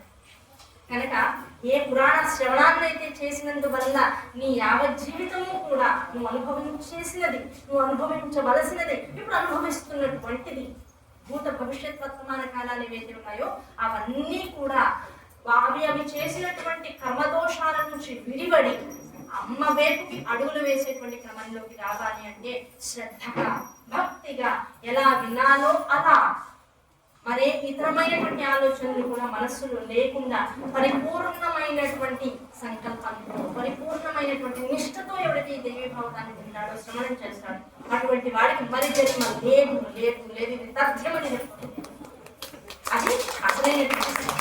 కళ్ళు చూడవలసిన దాన్ని చూడాలి, చెవులు వినవలసిన దాన్ని వినాలి, నోరు పలకవలసిన దాన్ని మాత్రమే లోపల నుంచి శక్తి ప్రేరకంగా పలకాలి, నాలుక రుచి చూడగలిగిన దాన్ని మాత్రమే చూడవలసిన దాన్ని మాత్రమే చూడాలి, చర్మము ఎక్కడ సుఖాన్ని అనుభవించాలో అనుభవించాలి. ఇవన్నీ ఎక్కడ అనుభవిస్తాయండి? ఇంట్లో కాదండి. ఆ పరదేవత అనుగ్రహంతో పరదేవత ఎదురుకుండా మనం కూర్చుని ఏ ఉపచార సేవలైతే షోడశోపచారాలుగాను పంచోపచారాలుగాను చేస్తూ ఉంటామో ఆ అనుభూతి, ఆ సేవల్ని చేస్తున్నప్పుడు అమ్మవారికి ఎటువంటి ఉపచారం చేస్తున్నామో అటువంటి విభూతిని, వైభవాన్ని మనలో ఉన్నటువంటి పంచేంద్రియాలు కూడా అనుభవించినటువంటి రోజున ఈ జీవుడు ఉత్కృష్టమైనటువంటి సాధనా మార్గంలో ఉన్నాడు అనేటువంటి విదితమైపోతుంది. కనుక పూజ దేనికోసం అంటే నీ స్థాయి తెలుసుకోవడం కోసం. చేతులతో పూజ చేస్తున్నావా, మనసుతో పూజ చేస్తున్నావా? మనసు చేతులు రెండు కూడా ఒక క్రమమైనటువంటి స్థితిలోకి వచ్చాక ఇప్పుడు ఏం చేస్తాడు? బుద్ధిని ప్రేరేపిస్తాడు. బుద్ధి ఎక్కడుంది? పరమేశ్వరుడి పాదాల దగ్గర ఉంది. ఇప్పుడు ఏం చేస్తాడు? అన్ని ఉపచారాలు చేయడానికి చక్కగా పంచామృతాలు దగ్గర ఉన్నాయి, రకరకాల రసాలు దగ్గర ఉన్నాయి, రకరకాల పుష్పాలు, అంతులేనటువంటి పుష్పాలు చక్కగా దగ్గర 10 రకాల పుష్పాల దగ్గర పెట్టుకున్నావు, కొబ్బరికాయ కొడదామని కొబ్బరికాయ దగ్గర పెట్టుకున్నావు, నైవేద్యం పెట్టడానికి ఇంకేమో పెట్టుకున్నావు, రకరకాలుగా పెట్టుకున్నావు. అమ్మవారి స్నానం చేయించేటప్పుడు జలాలన్నీ కూడా చక్కగా సుమధురమైనటువంటి కస్తూరి, జవ్వాలి ఇవన్నీ కూడా వేసి ఏర్పాటు చేస్తున్నావు. ఇప్పుడు ఏమైంది? మనస్సు, ఇంద్రియము ఈ రెండు కూడా బుద్ధితో సమావేశం అయిపోయినప్పుడు బుద్ధి ఏం చేస్తుంది? అమ్మ అని నమస్కారం చేసి అమ్మ విగ్రహం వైపు చూసేటప్పటికల్లా అమ్మలో దయమైపోయింది. ఎదురుకుండా ఉన్నవన్నీ ఉన్నాయి, మనస్సు మాత్రం అమ్మలోకి వెళ్ళిపోయింది, బుద్ధి మాత్రం అమ్మలోకి వెళ్ళిపోయింది. ఇంద్రియం బుద్ధితో మనస్సుతో లయించబడి పూజ జరిగేటువంటి క్రతువు ఏమీ లేదు, కేవలం చూస్తూ ఆనందాన్ని అనుభవిస్తూ లోపల పూజ జరిగిపోతుంది. అటువంటి స్థితి, పుణ్య స్థితి ఏంటి?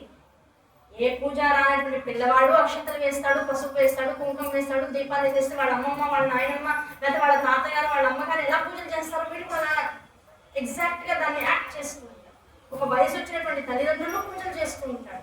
కాస్త వయసు ఉడిగినటువంటి వాళ్ళు 40-50 వచ్చి పిల్లల యొక్క కార్యక్రమాలు చేయాలన్న వాళ్ళు చేస్తూ ఉంటారు. అన్ని కార్యక్రమాలు అయిపోయి పూజలు చేసిన వాళ్ళు ఉంటారు. ఎవరి స్థాయి ఎలాంటిది, ఆ పూజ చేసే విధానం వాళ్ళ యోగ్యత తెలిసిపోతుంది. మీరు ఏ స్థాయిలో ఉన్నారో తెలుసు. పూజ ఇప్పుడు దేనికోసం? ఒక టైం టేబుల్, ఒక పరీక్షా పత్రంలో మనం ఒక ఫిలప్ చేసినటువంటి ప్రశ్నాపత్రంలో చేసినటువంటి జవాబులకి సమాధానంగా నీకు ఎంత వచ్చు, నువ్వేం నేర్చుకున్నావు అని ఒక రిపోర్ట్ కార్డ్ ఇస్తూ ఉంటారు.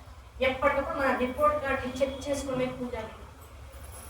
ఆ తెలుసుకున్నప్పుడు ఏం చేస్తాం? బాబోయ్, ఈ పూజని ఇంతసేపు కూర్చోడం అబ్బే చాలా కష్టంగా ఉందండి, బాబోయ్ పూజ లేదు, అది ఉపయోగం మండలి బాబోయ్ వాళ్ళ ఇంటికి ఎవరు వచ్చేస్తున్నా పూజ లేదు, గుడికి వెళ్ళడానికి పూజ లేదు, లేకపోతే ఇంకో చోటుకి వెళ్ళడానికి పూజ లేదు, ఎక్కడికో వెళ్తున్నాను ఇంట్లో దేవుడు ఏమైపోతాడు, ఏమైపోతాడో నువ్వు భయపడడం ఎందుకు? నువ్వేమైపోతావో దేవుడు ఇంట్లోనే ఉన్నాడు అని బయటికి వెళ్ళిపోయి తాళం చేసుకుంటే నువ్వేమైపోతావో ఆలోచించుకో. దేవుడు ఎక్కడున్నాడు? ఇంట్లో వంటింట్లో నువ్వు ఏర్పాటు చేసినటువంటి దేవతామూర్తి గూళ్ళో ఉన్నాడా? కాక సర్వ వ్యాపక మూర్తిని నువ్వేం చేస్తావు? నీ శక్తి అనుసారం నీ ఇంట్లో తీసుకొచ్చి ఆ ఒక్క గూట్లో పాప ఆయన బంధించి పెట్టారు. ఆ బంధించి పెట్టింది దేనికోసం? అక్కడ పరిచయం మాత్రమే చేసుకోవడం కోసం. దేవుని పరిచయం మొట్టమొదటి దేవుడు అందరికి ఎక్కడ పరిచయం అవుతాడు? మన వంటింట్లో, మన దేవత విగ్రహాల మధ్యలో నాయనమ్మో, అమ్మో, నాన్నో, తాతో పరిచయం చేస్తే అవుతాడు. అటువంటి పరిచయమైనటువంటి దేవుడు ఇప్పుడు ఎక్కడ దాకా ఉండాలి? విశ్వవ్యాప్తం అవ్వాలి. ప్రతి చోట భగవంతుడే ఉన్నాడనేటువంటి స్థితికి ప్రతి వాళ్ళు రాగలిగారు. అలా రాగలిగితే ఏమవుతుంది? అమ్మో విగ్రహారాధన అండి, మా ఇంట్లో శివలింగాలు ఉన్నాయి, 2 రోజులు శివలింగానికి అభిషేకం చేయకపోతే ఇల్లు ఏదో అయిపోతుంది అంటే కనుక నిత్యము ఉండాలంట నువ్వు ఎక్కడికి వెళ్తే అక్కడ తీసుకెళ్ళిపోయి ఇంట్లోనే ఉంచుకొని చెప్పుకోండి శాస్త్రం. దేవతార్చన అంటే అర్థమేంటి? నీతో పాటు ఉండాలని అర్థం. అంటే అర్థమేంటి? ఆ దేవతార్చన చేసేటువంటి దేవతామూర్తి నీలోనే ఉంది. ఆ దేవతామూర్తికి అర్చన చేసేటువంటి ఇంద్రియాలు, బుద్ధి, మనస్సు కూడా నీ ఎందే ఉంది, శరీరంలో దాగి ఉంది. ఈ శరీరము, ఆత్మ, ఈ రెండు కూడా ఎక్కడికి వదిలిపోతూ ఉంటే విగ్రహాన్ని ఎందుకు వదిలేస్తున్నావు? నీతో పాటు ఎక్కడికంటే తీసుకెళ్ళిపోయా, అక్కడ చేసుకుంటూ ఉండవయ్యా. వీళ్ళందరూ చరమూర్తులయ్యా, మిమ్మల్ని కూడా రక్షించడానికి. నువ్వు ఆపకుండా చేసుకోవాలి అంటే ఇది విధానం. నేను ఎక్కడ ఉన్నా జరుగుతుంది అంటే అది తప్ప. నేను ఇంట్లో లేకపోతే మాత్రం శివుడికి అభిషేకం జరగట్లేదా అండి? నా ఇంట్లో ఉన్న శివలింగానికి జరిగితేనా అభిషేకం? లేదా ఇన్ని గుళ్ళల్లో జరగట్లేదా? ఇన్ని ఇళ్లలో జరగట్లేదా? నా ఇంట్లో జరగట్లేదు అనుకుంటే నేను నా మనసుతో నేను చేసేస్తాను అభిషేకం అనుకుంటూ, ఎక్కడున్నా సరే ఇంట్లో ఉన్నటువంటి మూర్తి కూడా నేను నిరంతరం అభిషేకం చేసుకుంటూ కూర్చుంటాడు. అది కూడా పూజార్చన విధానంలో ఒక భాగమే. అంత స్థాయి నీకు ఉండాలి. చెప్పినందుకు కాదు, భక్తగన్నప్ప తన కాళ్ళతో చూడు ఒక కళ్ళు మూసి పంది మాంసాన్ని పెట్టి నోటితో కుక్కిలతో నీళ్లు తీసుకొచ్చి శివుడికి అభిషేకం చేసి చుట్టుపక్కలంతా శుభ్రం చేశాడు. బాగుంది, ఇది కూడా నేను చేస్తాను అనుకుంటే ఆయన కన్నించాడు నువ్వుడికి రెడీగా ఉంటాడు. 2 విషయం అవునా కదా? కానీ ఇవన్నీ ఎవడి భక్తి ఎలాంటిది, ఆ భక్తిని నేను కాపీ చేస్తానంటే కుదరదు. ఆ భక్తి పారవస్యం నీలోంచి పెన్ను కాదు.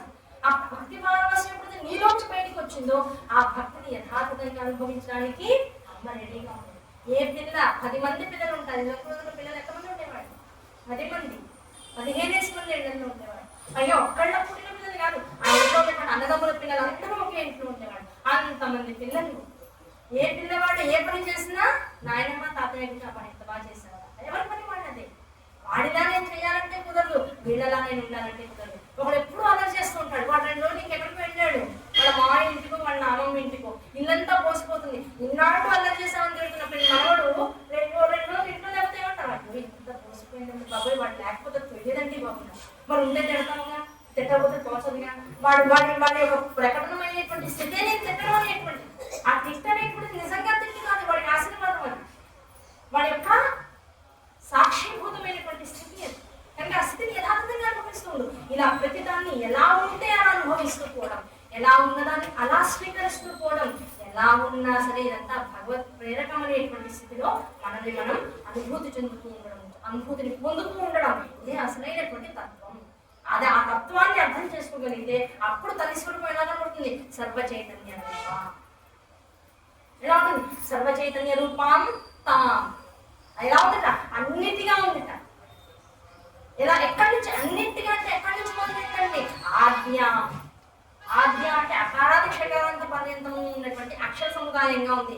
అక్షరాల నుంచే అక్షరం ఎంత నుంచి వచ్చింది? ప్రణవం నుంచి వచ్చింది. ఆ ప్రణవం ఎంత నుంచి వచ్చింది? అయ్యవారి యొక్క ఉచ్ఛ్వాస నిశ్వాసాల నుంచి వచ్చింది. ఏదీ లేనప్పుడు తాను ఒక్కడే తనలో తాను రమించిపోతూ జగత్తంతటిని తన లోపల ఉంచుకుని ఉచ్ఛ్వాస నిశ్వాసాలు చేస్తున్నాడు. ఆయన మనస్సులో ఆవిడ ప్రేరేపణ పొందిందట. ప్రేరేపణ పొంది ఆయన ప్రేరేపించిందట. దీనికోసం శివశక్తి ఆయుక్తో ఎది భవత్శక్తి. ఏం చేసింది వెంటనే లోపల నువ్వు ఇలాగే కూర్చుంటే నేను తెలుసుకోవాలనేటువంటి కోరిక నాకు కూడా ఉండాలి. నువ్వు ఒక్కడిగా ఉన్నావు, సర్వానికి ఆధారభూతుడై ఉన్నావు. సర్వానికి ఆధారభూతుడైనటువంటి నువ్వు ఉన్నావని నీ మీద ఆధారపడేవాడికి కదా తెలియాల్సింది. కనుక ఆధారభూతుడు ఉంటే తప్ప ఆధారమయ్యేటువంటి విషయాలు కనుక ఆధారమయ్యేటువంటి ప్రపంచం కావాలని ఆవిడ లోపల సంకల్పించింది. సంకల్పించినప్పుడు ఏమైంది? అనంతమైనటువంటి జగత్ అంతా. ఆ జగత్తులో ఏమైంది? రకరకాల మనుషులు జగత్తులోకి వచ్చేసారు. ఆ జగత్తులోకి వచ్చే పూర్వం మొత్తం జగత్తంతా ఏర్పడింది అనేటువంటి పూర్వం అయ్యవారి నుంచి ఏమంటే అమ్మవారు సంకల్పించిన ఉచ్ఛ్వాస విశ్వాసాలు చాలా వేగంగా వచ్చింది. ఆ వేగంగా వచ్చిన దానిలోంచి ఒక ప్రణవనాదం బయటకు వచ్చింది. ఆ ప్రణవనాదమే ఓంకారం. ఆ మకారాంతం వచ్చి ఓం అనేటువంటి శబ్దంలోంచి సకలమైనటువంటి విద్యలు బయటకు వస్తే, సకలమైనటువంటి వేదాలు బయటకు వస్తే, ఆ వేదాంతర్గతంగా ఉన్నటువంటి మకారాంతం వచ్చేటప్పటికన్నా జీవులందరి యొక్క మనస్సులు ఏర్పడతాయి. మొత్తం ప్రకృతి తత్వము, ప్రకృతిలో ఉండేటువంటి తత్వాలు, గుణాలు, రూపాలు, నామాలు, నామాంతర్గతంగా ఉండేటువంటి అహంకారాలు, మనస్సు, బుద్ధి, చైతన్యం ఇవన్నీ కూడా జగత్తుకి ఇవ్వబడతాయి. ఇలా అనంతమైనటువంటి జగత్తు యొక్క ప్రేరేపణ జరిగింది. అలా జరిగి ఇప్పుడు మనం ఏం చేస్తున్నాం? ఈ ఏ నాదములోంచి మొత్తం అక్షరాలన్నీ ఏర్పడ్డాయో ఆ అక్షరాలన్నింటికి కూడా ఒక అధిష్టాన దేవత ఉండాలి కదా, అక్షరము. ఇది అక్షరము అని తెలుసుకుని పలకడానికి దానికి ఒక రూపం ఉండాలి కదా. ఆ రూపానికి లోపల ఒక భావన ఉండాలి కదా. అందుకే పిల్లలతో ఏం చేస్తాం? ఆ అక్షరాభ్యాసం చేసి కొంత పలక ఎదురుకుండా పెట్టుకుని పలకంతో 10 సార్లు ఆ ఆ ఆ అని నింపిస్తాం. తర్వాత ఆ అని రాయిస్తాం. ఆ తర్వాత ఆ అమ్మ అని నోటితో పలికిస్తూ ఉంటాం. ఇప్పుడంటే ఆ సౌభాగ్యం లేకుండా పోయింది. కానీ నిజంగా పలికించిన రోజు ఏమవుతుంది? ఈ 4 అక్షరాలు చెప్పకల్లా వాడి స్థాయి పెరిగేది. పిల్లవాడి స్థాయి ఏమంటే 4 అక్షరాలకే పెరిగిపోతుందా అండి? ఆ నుంచి క్షకారం మీరే కదా చెప్పారు. ఆ నుంచి క్షకారాంతం దాకా నేర్చుకుంటే కదా వాడికి అమ్మాయి వచ్చాయని తెలుస్తుంది. అమ్మాయికి ఏం తెలుస్తుందంటే నేను అమ్మాయికి చాలు నాకు అనే విషయం వాడికి 60 ఏళ్ళు వస్తే తెలుస్తుంది. నేను అకారాలు క్షకారాంతం మొత్తం చదువుకున్నాను. ఆ అంటే అమ్మ, ఆ అంటే అవును, ఈ అంటే ఇన్ను, ఈ అంటే ఈగా, ఇవన్నీ నాకు అర్థమైపోయినాయి. ఏ అంటే ఎలుక, ఏ అంటే ఏనుగు, రు అంటే ఋషి. ఎంత బాగుండే చూడండి. ఆ పుస్తకాలు కూడా ఎంత బాగుంది. ఒక అక్షరము దానికి తగ్గ రూపం ఎదుర్కొంటూ ఉండేది. ఆ రు అంటే ఋషి అనే విషయం వాడు చిన్నప్పుడే నేర్చుకున్నాడు. ఇప్పుడు ఋషిని ఎవరు అంటే ఋషి అంటే పిల్లలందరూ తల్లిదండ్రులు నేర్చుకున్నారు. వీళ్ళు వాటి వెనకాల చూడడానికి పెద్దవాళ్ళ దగ్గర ఉండట్లేదు కదా. మైక్రో ఫ్యామిలీస్, నానో ఫ్యామిలీస్ అయిపోయినాయి. పెద్దవాళ్ళు ఊళ్ళల్లో ఉంటారు, లేకపోతే విడిగా ఉంటారు. ఉండేటప్పటికి ఏమవుతుంది? వీటి పూర్వం అవును ఋషులు అంటే ఎవరు అనుకుంటున్నారు. గట్టిగా గుడికి సంకల్పం చెప్పి పూజ చేసుకోవాలంటే గోత్రం ఏంటంటే అమ్మ అసలు గోత్రం చెప్పమ్మా ఏంటి 35 ఏళ్ళ నుంచి 40 ఏళ్ళు వచ్చిన పిల్లలు కూడా ఇంకా తల్లిదండ్రులను అడిగే స్థితిలో ఉన్నారు. తప్పెక్కడ చదువుకోండి. విద్యని నేర్చుకునే విధానంలోనే తప్పు జరుగుతుంది. ఈ అక్షరానికి రూపానికి ఒక వ్యవస్థకు ఒక ఆధారభూతమైనటువంటి తత్వాన్ని ఇవ్వాలి అంటే వీటన్నిటికీ ఆధారం ఒక ప్రేరణ అవ్వాలి. ఏ తల్లి అన్య మనస్సులో ఉండి ప్రేరేపితం చేసిందో మొత్తం జగత్తంతా సర్వవ్యాపకం అవ్వాలి, శివుడు సర్వవ్యాపకం అవ్వాలనేటువంటి ఒక దీక్షను పొందిలో ఆ తల్లి ఈ దీక్షాపూరితమైనటువంటి క్షేత్రంలో ఇదంతా శివమయం, జగత్తంతా శివస్వరూపం. ఆ జగత్తంతా శివస్వరూపమైనటువంటి జగత్తులో తాను ప్రకృతి స్వరూపిణిగా రూపాన్ని గ్రహించి అవధరించి ఆ రూపంతో పాటు కొన్ని గుణాన్ని తనకు తానుగా స్వీకరించి జగత్తులోకి వచ్చింది. ఆ జగత్తులోకి వచ్చిన తర్వాత మొత్తం అక్షర సముదాయం అంతా ఏర్పడింది.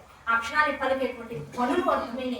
ఆ ధ్వనుల్లోంచి పదాలు పుట్టాయి, పదాల్లోంచి వాక్యాలు ఏర్పడ్డాయి, వాక్యాల్లోంచి అనంతమైనటువంటి పురాణ ఇతిహాసాలన్నీ కూడా గ్రంథస్థమైనవి. ఆ గ్రంథస్థమైనటువంటి వాటిల్లోంచి ఈ అద్భుతమైనటువంటి వ్యాసకృతమైనటువంటి 18 పురాణాలు కనుక శ్రద్ధాయుక్తులతో వినడం అనేటువంటి ప్రవచన జ్ఞానాన్ని కనుక తెలుసుకోగలిగి కూర్చుని గ్రహించగలిగితే మోక్షం అనేటువంటి కాంత మనల్ని వివాహం చేస్తుంది. అంత స్థితి అక్షరం నుంచి మొదలైంది. అంతా ఎక్కడి నుంచి వచ్చిందంటే అక్షరం నుంచి మొదలైంది. కనుక ఆది నుంచి అంతం వరకు అంటారు. ఆ ఆద్యం తల్లి ఎక్కడ మొదలైంది? ముందు నాదము నుంచి మొదలైంది. ఆవిడ యొక్క రూపగుణ తత్వస్వరూపాల యొక్క విధానం అక్కడి నుంచి మొదలు ఎక్కడ దాకా చివరి దాకా ఆద్యం. ఆవిడ పైన ఎలాంటిది? కేవలం ఆదిగా ఉండి అక్షర సముదాయానికి మూలంగా ఉండేటువంటి కాదు, ఈ మూలమంతా తెలుసుకునేటువంటి వాడికి విద్య అనుగ్రహించేటువంటి తల్లి విద్యని అనుగ్రహిస్తుంటా. ఏమంటే ఆద్యంలోనే మొత్తం విద్యలన్నీ ఉన్నాయని అకారాంత క్షకారాంత పర్యంతము పదాలు వాక్యాలు పురాణాల దాకా వెళ్ళిపోయారు కదా వేదాంతర్గతంగా. మరి ఈ విద్య ఏమిటి? అది అక్షర సముదాయాన్ని ఒక చోటికి చేసుకుని తెలుసుకునేటువంటి విద్య. ఈ విద్యలన్నీ గడించిన తర్వాత అసలు విద్య అనేటువంటిది ఉంటుంది, అదే మోక్ష విద్య.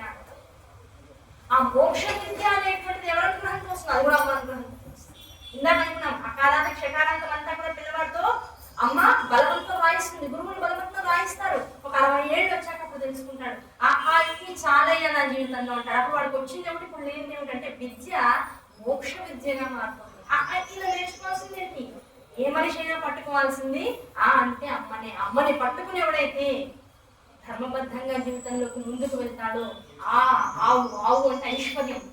ఇంట్లో సంపద ఉంది అంటే అర్థం ఏంటి? ఇంట్లో గోవులు ఉన్నాయండి, ఇంత గోవులు ఉన్నాయి, ఇంత సంపద ఉంది అని చెప్పారు అంటే ఐశ్వర్యానికి ప్రేరకం ఆవు.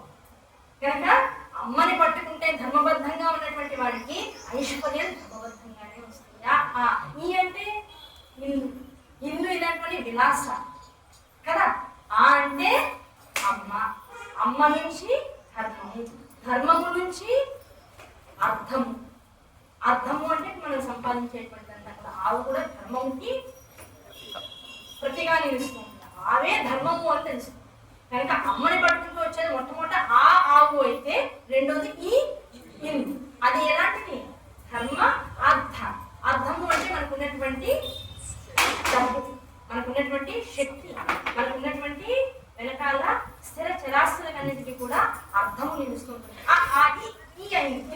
ఈ అంటే ఈశ్వరు. కనుక ఏ మనిషి అయితే అమ్మని పట్టుకుంటాడో, అమ్మని పట్టుకున్న వాడికి ధర్మ అర్థ కామములు అనేటువంటి 3 కూడా ఈశ్వరానుగ్రహంగా ఇవ్వబడతాయి. ఈశ్వరానుగ్రహంగా ఇది ఎవరైతే సాధిస్తారో అటువంటి వాడికి మోక్షము మనకు రావాల్సిన క్షణానికి 4. మరి ఇన్నెందుకు నేర్చుకున్నాం? ఈ మోక్షం వైపు ప్రయాణం చేయాలంటే ఇది ఎలాంటిదంటే జనవరి నుంచి డిసెంబర్ దాకా 12 నెలలు ప్రయాణం చేస్తాం. డిసెంబర్ 30వ తారీఖు నుంచి జనవరి వైపు ప్రయాణం చేయాలంటే ఎంతసేపు ఉంటుంది?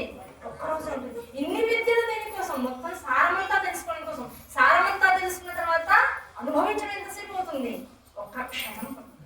ఆ క్షణంలో మీకు మోక్షాన్ని అనుభవింపజేయాలి అంటే ఇంత తిరగాలి, అంతేనా కదా. చెరుకు గడ పెంచాం, పంటని పెంచాం, దాన్ని పెరిగేదాకా జాగ్రత్తగా దాన్ని చూసుకున్నాం. పెరిగిన తర్వాత చక్కగా దాన్ని కట్ చేసాం. కట్ చేసిన తర్వాత పైన తొక్కని గట్టిగా పెరిగినటువంటి తొక్కని తీయాలి. ఆ తొక్క పెరిగేదాకా పంట పండించే వాడికి భయం, బాబోయ్ లేతగా వస్తుందేమో, లేతగా వస్తే తీపిరా గట్టిపడాలి, పైన ఉన్నటువంటి పెంకు గట్టిపడాలి. ఆ గట్టిపడ్డాక అమ్మయ్య చక్కగా వచ్చిందనుకుంటారు. ఆ చక్కగా వచ్చిందని మళ్ళీ ఏం చేస్తారు? తినాలంటే ఇంతసేపు గట్టిగా రావాలి గట్టిగా రావాలి అనుకుంటారు, మళ్ళీ వాడు తెగనుకుంటారు. ఏదైతే జీవితంలో గట్టిగా రావాలి, చదువు చదువు చదువు అనుకుంటామో ఆ చదువుల వల్ల అహంకారం వస్తుంది, అదే గట్టిగా ఉంది. ఆ గట్టిగా ఉన్నదాన్ని ఏం చేస్తాం? అంటే తెగనరకాలి. అన్ని నువ్వు సంపాదించుకోదా అందరూ పిచ్చోడు అంటారు, ఎందుకు పనికిరాని వాడు అంటారు. మా అమ్మే చెప్తుంది, అన్ని సంపాదించుకున్నాక వదిలేదు, సంపాదించుకున్నాక వదిలేదు నాడు పట్టుకుంటాం.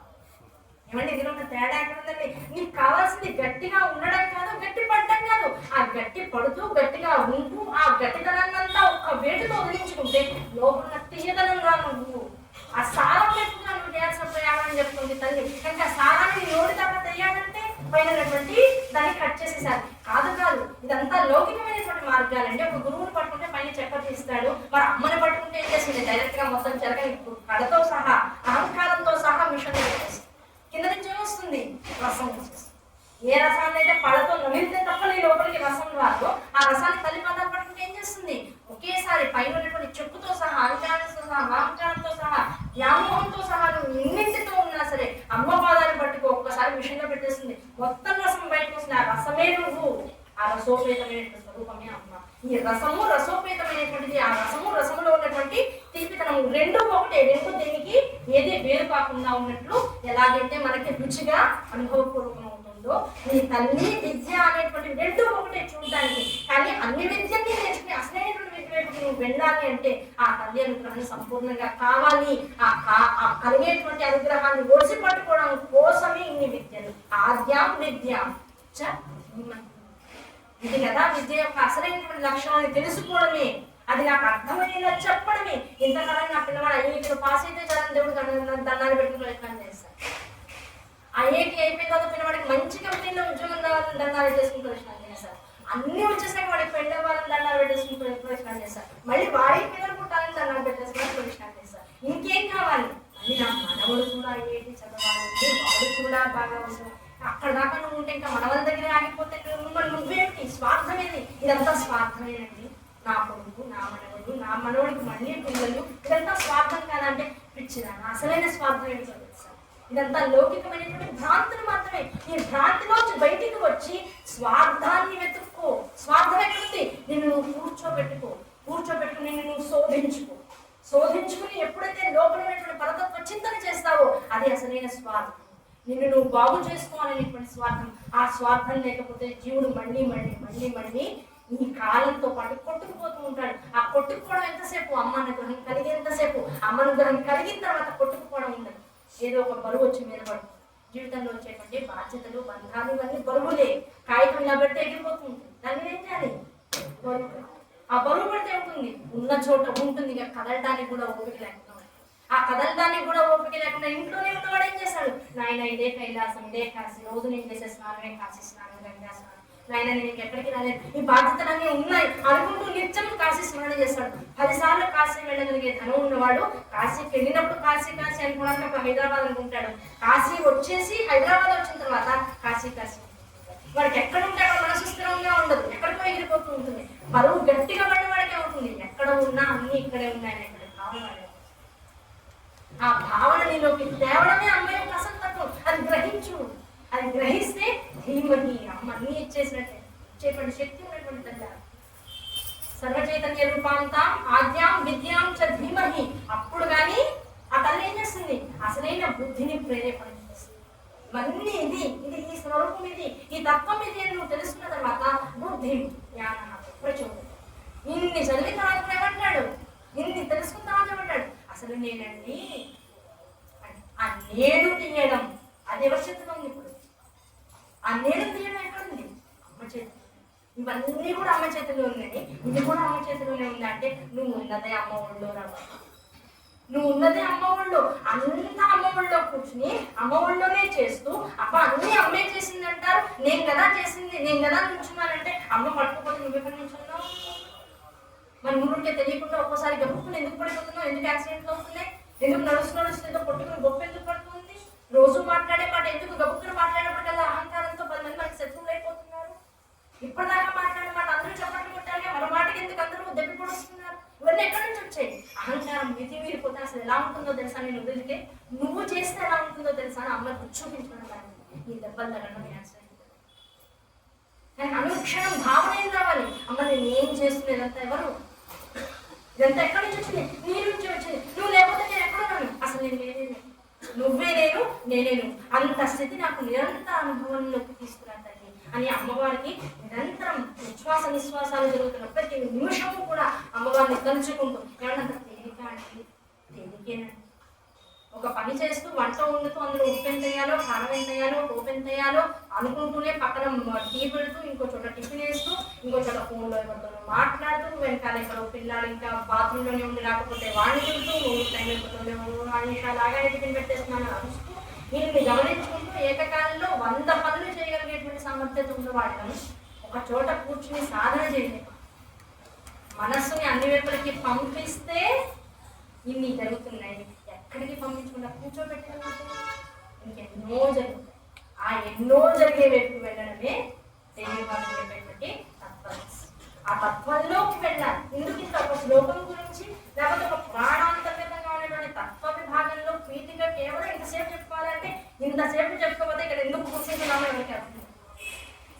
ఆ వెయిట్ బరువు పడాలి. ముందు బరువు పడితేనే అది ఎక్కడికి కదలకుండా ఉంటుంది. పేపర్ ఎలాగైతే పేపర్ వెయిట్ వేసిన తర్వాత కదలకుండా ఉంటుందో మనసు అనేటువంటి దాని మీద కూడా అమ్మ అనేటువంటి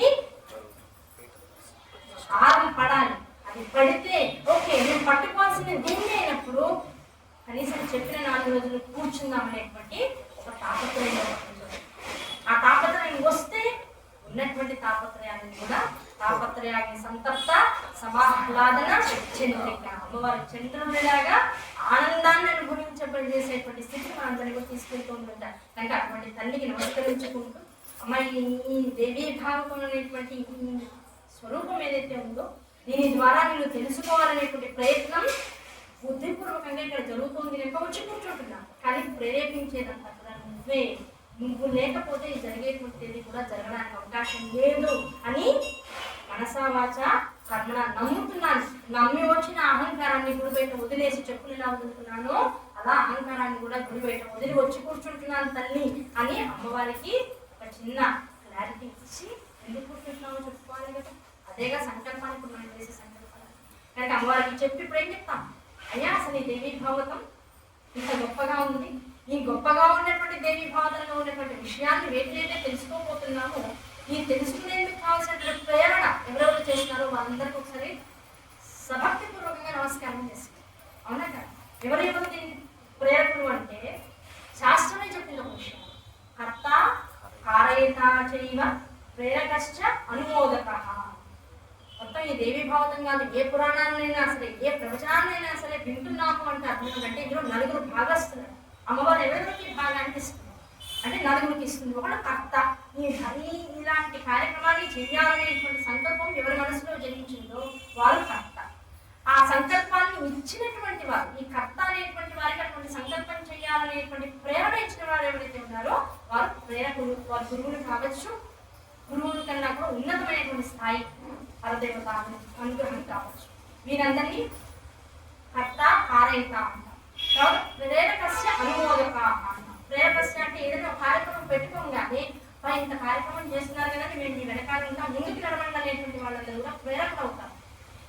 మేము మీ వెనక ఉన్నా లేకపోయినా కనీసం కార్యక్రమం జరుగుతుంటే సాక్షిగా కూర్చుంటామండి, కార్యక్రమం అయినంతసేపు కూడా మేము దీనికి సపోర్ట్ చేస్తాము, వింటాము, జాగ్రత్తగా ఉంటాము, జరిగే కార్యక్రమాన్ని చూస్తాము, గ్రహిస్తాము అనేటువంటి వాళ్ళు ఎవరైతే ఉంటారో ప్రేక్షకులు వీళ్ళందరూ కూడా 4వ భాగాన్ని చక్కగా అలంకృతం చేసి ఉంటారు. కనుక అమ్మవారు ఏం చేస్తుంది, ఎవరైతే ఈ నలుగురు ఉన్నారు ఈ నలుగురికి ఎక్కడెక్కడ ఎటువంటి ప్రవచనం జరుగుతుందా ఆ ప్రవచనాంతర్గతంగా కలిగేటువంటి ఫలం ఏదైతే ఉంటుందో ఆ ఫలాన్ని ఈ నలుగురికి ఏమాత్రం ఆలోచించకుండా పనిచేస్తుంది. 4 భాగాలు చేస్తుంది. ఒక యాపిల్ పండు ఉంది, అవునా కదా? ఆ యాపిల్ పండుని 4 ముక్కలు చేయాలి. చాలా తేలిక విధానం, ఎవరికి ఎక్కువ కాకూడదు, ఎవరికి తక్కువ కాకూడదు, కొంత క్లిష్టమైన విధానం. అందరికీ సమంగా పంచాలి, చాలా క్లిష్టమైన విధానం. కానీ ఆ క్లిష్టమైన విభాగాన్ని అతి తేలికగా కట్ చేసి ఇవ్వగలిగినటువంటి సామర్థ్యం కలిగినటువంటి అమ్మ ఏం చేస్తుందంటే ఈ నలుగురికి కూడా ఏకకాలంలో సమమైనటువంటి ఫలాన్ని అందించి ఎవరు ఎటువంటి స్థాయిలో ఉన్నా సరే, నువ్వు కర్తగా ఉన్నావా, కారయితగా ఉన్నావా, ప్రేరకంగా ఉన్నావా, అనుభవకంగా ఉన్నావా, నీ స్థాయి ఏదో ఆ స్థాయికి సంబంధించి నీకు పూర్తి ఫలాన్ని ఇస్తున్నాను అని మొత్తం 100% కూడా అనుభవ యోగ్యంలోకి తెస్తుంది. కనుక అమ్మవారి యొక్క ఒక ప్రవచనాన్ని వింటున్నాము, లేకపోతే ఇక్కడికి వస్తున్నాము, అబ్బాయి ఎక్కడో మా ఇళ్ళకి అక్కడి నుంచి ఇంత దూరం ప్రయాణం చేస్తూ వస్తున్నాము, ఇవి కాదు ఇక్కడ గొప్పలు. ఇంత దూరం నిన్నున్నా ఇది తెలుసుకుని రాగలిగేటువంటి శక్తి అమ్మ నాకు ఇచ్చింది, ఇక్కడ కూర్చోబెడుతుంది అంటే నా ప్రారంభ దోషాలని తీసేస్తుంది, ఇన్నాళ్ళకి నా జన్మకు సఫలాన్ని పొందేటువంటి స్థితికి వస్తుంది అనేటువంటి ఒక కృతజ్ఞతా భావాన్ని కనుక మనసులో పెట్టుకుని వచ్చి కూర్చుని ఏ పనినైనా సరే శ్రద్ధతో చేసినట్లయితే దానివల్ల వచ్చేటువంటి ఫలితం అదే చెప్తుంది శాస్త్రం. ఒక అమృతాన్ని స్వీకరించిన వాడు మాత్రమే యుగాంతం దాకా జరా మరణము అనేటువంటి 2 లేకుండా ఆనందంగా ఉండగలడు. కానీ ఈ అమృతం అనబడేటువంటి దేవీ భావత పురాణాన్ని కనుక ఒక్కడు వచ్చి కూర్చుని విన్నా మొత్తం వంశమంతా కూడా తరలించిపోతూ ఉంటుంది అటువంటి పురాణం. కనుక కేవలం నా యొక్క శ్రేయస్సుని మాత్రమే దృష్టిలో పెట్టుకుని వింటున్నాను అనుకోవడం కేవలం మనిషి చేసేటువంటి పొరపాటు. దానికి అమ్మ కరెక్ట్ చేస్తుంది. కరెక్ట్ చేసి ఏం చేస్తాడు, ఇప్పుడు 98 మార్కులు బాగా రాశాడు, 99 100 మార్కులు వేయడానికి ప్రతి టీచర్ ప్రతి గురువు ఆలోచిస్తారు. కానీ అమ్మ ఆలోచించండి, అక్కడ కొద్దిగా కరెక్షన్ చేస్తుంది. నేను నీ కోసం వచ్చి కూర్చున్నావు సరే, కానీ నువ్వు వచ్చి బుద్ధిపూర్వకంగా ఇక్కడ కూర్చొని వెళ్ళడం ద్వారా నీ వంశాలన్నీ కూడా తరించిపోయేటువంటి అనుగ్రహాన్ని నేను ఇస్తాను. వాడు రాయడంలో చిన్న స్పెల్లింగ్ మిస్టేక్ చేశాడు, మిగతా 98 మార్కులు బాగా రాసేసాడు. 100కి 100 వేయాలనుకునే చోట చిన్న స్పెల్లింగ్ మిస్టేక్ వచ్చింది. ఆ స్పెల్లింగ్ మిస్టేక్ అమ్మవారు గురువు ఏం చేశారు, రెడ్ పెన్తోనే కావాలని దిద్ది అక్కడ ఒక్క చోట రౌండప్ చేసి 99.5 వేస్తాడు. ఆ హాఫ్ ఎక్కడ మిగతాది అనుగ్రహం అనేటువంటి వర్షంతో ఏదో ఒక జనం ఇలా పుట్టి అలా మళ్ళీ తనలోకి లాక్కులు వెళ్ళిపోతారు. అలా లాక్కులు వెళ్ళిపోగానే మొత్తం 100కి 100 మార్కులు ఇవ్వగలిగేటంత ఆమోదయోగ్యమైనటువంటి పత్రాన్ని నేర్పడిగా నీకు ఇచ్చేసి కనుక ఆ పత్రాన్ని పొందడమే ప్రతి వాళ్ళము కూడా చేయవలసినటువంటి సాధన. అది ఎంట్రీ పాస్. ఆ ఎంట్రీ పాస్ కోసమే ఇంత గోల, ఇంత ఇంత ఇంత భావోద్వేగమైనటువంటి వివరణ. కనుక ఆ ఎంట్రీ పాస్ కోసం ఎవరమైనా సరే ముందు వేచి ఉండాలి. ఆ వేచి ఉండాలి అంటే ముందు దానికోసం మనం రెడీ చేసుకోవాలి. ఆ రెడీ చేసుకుని బయలుదేరి వెళ్ళి దాన్ని కోరుకునేటువంటి మార్గంలో నిరీక్షణ చేయాలి. ఆ నిరీక్షణ సఫలీకృతమయ్యేటువంటి స్థితి వచ్చిన తర్వాత దాన్ని స్వీకరించాలి. స్వీకరించడంతో అవ్వదు. దేనికోసం ఎంత కష్టపడ్డామో దాన్ని మళ్ళీ సాధనా మార్గాన్ని తెచ్చుకోవాలి. ఇదంతా కూడా అమ్మవారిని తెలుసుకునేటువంటి ఒక అద్భుతమైనటువంటి తపో మార్గం. ఆ తపో మార్గంలోకి అడుగు పెడుతూ కనుక ఉన్నట్లయితే ఇంతకుముందు మనం చెప్పుకున్నట్లుగా ఈ దేవీ భావకానికి ప్రేరణ పూరణ మొత్తం అంతా కూడా వ్యాస భగవానుడు. ఆ వ్యాస భగవాన్ వారు ఏం చేశారు అంటే మొత్తం జగత్తు వచ్చేదంతా కూడా కలియుగం కనుక ఈ కలియుగంలో ఉన్నటువంటి ప్రతి వారు కూడా ఆనందాన్ని అనుభవించాలి కనుక సూక్ష్మంలో మోక్షాన్ని గ్రహించగలిగేటువంటి శక్తిని పొందాలి కనుక ఆ సూక్ష్మంలో మోక్షాన్ని గ్రహించేటువంటి మార్గాలు కూడా వాళ్ళకి తెలియాలి కనుక నాచే భగవతి ప్రేరణ చేసి ఏ అష్టాదశ పురాణాలనైతే రచించిందో ఆ పురాణ శ్రవణాన్ని కనుక ఎవరైతే చేస్తారో, మననాన్ని ఎవరైతే చేస్తారో, విచారణ ఎవరైతే చేస్తారో అటువంటి వారికి మోక్ష మార్గం కర్తలామరణం అవుతుంది అనేటువంటి ఒక అనుగ్రహాన్ని వర్షింపజేస్తుంది. అయితే వెంటనే ఇదంతా ఎక్కడ జరుగుతుంది అంటే నైమిషారణ్యంలో అక్కడ ఉన్నటువంటి ఋషులందరూ కూడా ఎక్కడి నుంచి వచ్చారు అంటే కలి ప్రభావం, ఇంకా కలియుగం మొదలవుతుంది అనుకోగానే అందరూ బ్రహ్మగారి దగ్గరికి వెళ్ళారు. అయ్యా ఇన్నాళ్ళు కూడా ఏదో కృతయుగం వల్ల స్వర్ణయుగం అనుభవించాం, త్రేతాయుగం వల్ల కాస్త పర్వాలేదు కానీ ఉన్నంతలో బాగానే ధర్మాదులు యజ్ఞాదులు అన్ని కూడా చక్కగా నిర్వహింపబడ్డాయి. ద్వాపరయుగం వచ్చాక పర్వాలేదు అనుకునే లోపల ఏదో ఒక విపత్తు రావడం, మళ్ళీ ఆ విపత్తు భగవద్ విగ్రహంతో కాస్త తొలగిపోతూ ఉండడం, ఈ కష్ట నష్టాలన్నీ కూడా కాస్త ఎక్కువగానే అనుభవిస్తూ వచ్చాం. ఇంకా వచ్చేది కలియుగం. ఈ కలియుగంలో మరి ఉన్నదంతా అధర్మం. ఒకే ఒక పాలు ధర్మం ఉంటుంది. ఆ ధర్మాన్ని ఒక్క పాలు మూసుకుని మిగతా 3 పాలు ఉన్నటువంటి ఆ ధర్మంతో మేము యుద్ధం చేయగలగాలి. ఆ యుద్ధం చేయాలి అనే కన్నా అసలు అధర్మాన్ని చూడకుండా ఉండగలిగేటువంటి సామర్థ్యత మనకు కలగాలి. దేన్ని చూస్తే అదే విస్తృతం అవుతుంది, ఏది చూస్తే అదే విస్తృతం అవుతుంటుంది. కనుక ఆ చూడబడేటువంటిది వినబడేటువంటిది అంతా కూడా ధర్మంగా మేము స్వీకరించగలగాలి. అది ధర్మబద్ధంగానే మా దాకా రాగలగాలి. ఆ ధర్మబద్ధమైనటువంటి స్థానంలో కలి ప్రవేశం లేకుండా కూడా ఉండాలి. అటువంటి అనుగ్రహాన్ని మాకు ఇవ్వండి అని బ్రహ్మదేవుడి దగ్గరికి వెళ్ళి మొత్తం ఈ ఋషులు మునులు తపస్సులంతా వెళ్ళి పాపం సర్వే వచ్చారు. అయ్యా మమ్మల్ని అనుగ్రహించండి అంటే అప్పుడు వెంటనే పాపం బ్రహ్మదేవుడు గారు, అయ్యా మీ అందరినీ కూడా రక్షించే పూచీకత్తు నాది, కానీ ఒక విషయం గుర్తుపెట్టుకోండి, నేను ఏ స్థానాన్ని అయితే మీకు ఇస్తానో ఆ స్థానంలో కలిప్రవేశం ఉంటుంది. ఎప్పుడు నువ్వు కలిపురుషుణ్ణి ఆహ్వానించాలనిపిస్తుంది. కలిపురుషుడు ఎక్కడ ఉంటాడు అంటే మనసులోనే ఉంటాడు. కలిపురుషుడిని మనసులో అనుకున్నాడు ఏం చేస్తాడు? వాడు చేసేటువంటి పని ఏంటి?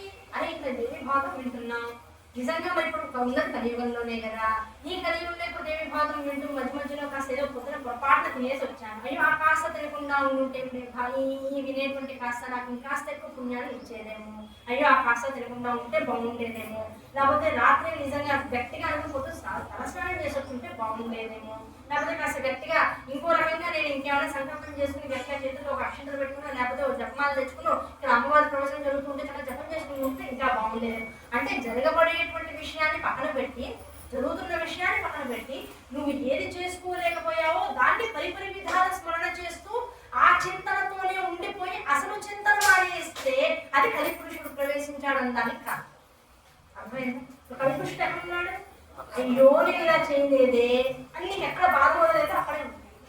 దేని గురించి బాధపడ్డావు? అసలు నువ్వు ఏది చెయ్యాలో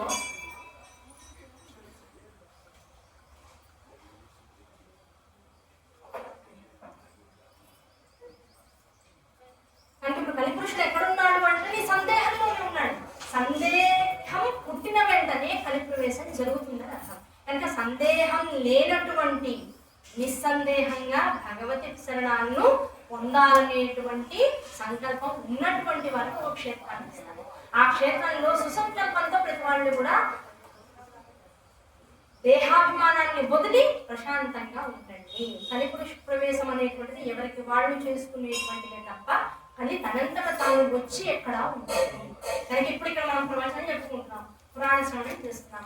ఇక్కడ అయ్యో ఇన్నిసార్లు కలిపురుషుడు లేకపోతే ఒకే పాదంటే ఇక్కడ ధర్మం అని అనుకున్నంతసేపు ఇప్పుడు ఏమవుతుంది, కలిపురుష ప్రవేశం జరిగింది. అలా కాదండి, అసలు వింటున్నాము అంటే ఇక్కడ కలి స్మరణ జరిగినా సరే ఆయన ఒక దేవతా స్వరూపంగా మాత్రమే, విష్ణుమూర్తి నుంచి వెలువడినటువంటి ఒక ఆకార స్వరూపంగా మాత్రమే, కాలధర్మంగా మాత్రమే దాన్ని మేము చూస్తాము అంతే తప్ప కలి ప్రభావం అనేటువంటిది పురాణ ప్రవచనం జరుగుతున్నటువంటి చోట ఉండడానికి అవకాశం లేదని శాస్త్రం చెబుతుంది. కనుక ఇక్కడ కలి లేడు అనుకుంటే ఇప్పుడు ఏమవుతుంది, నైమిషారణ్యం అవుతుంది, ఇదే కృతయుగం అవుతుంది. కలియుగం కలియుగం కలియుగం అనుకున్నంతసేపు కలియుగం ప్రాంతం పెరిగిపోతూ ఉంటుంది. అధర్మం అధర్మం అధర్మం అనుకున్నసేపు అధర్మం వైపు వెళ్తూ ఉంటుంది. అయ్యో కష్టాలు, అయ్యో ఇన్ని బాధల, అయ్యో ఇలాంటివి జరుగుతున్నాయా అప్పుడే చూస్తున్నామా అనుకున్నంతసేపు అలాంటివే పెరుగుతూ ఉంటాయి. కనుక ఏవి మహాత్ములైనటువంటి వాళ్ళు, గురువులైనటువంటి వాళ్ళు, జగద్గురువులైనటువంటి వాళ్ళు లోకానికి సంబంధించినటువంటి పేపర్లు కానీ విషయాలు కానీ తెలుసుకో వాళ్ళు ఎప్పుడు కృతయుగంలో ప్రశాంతంగా తపస్సు చేసుకుంటారు.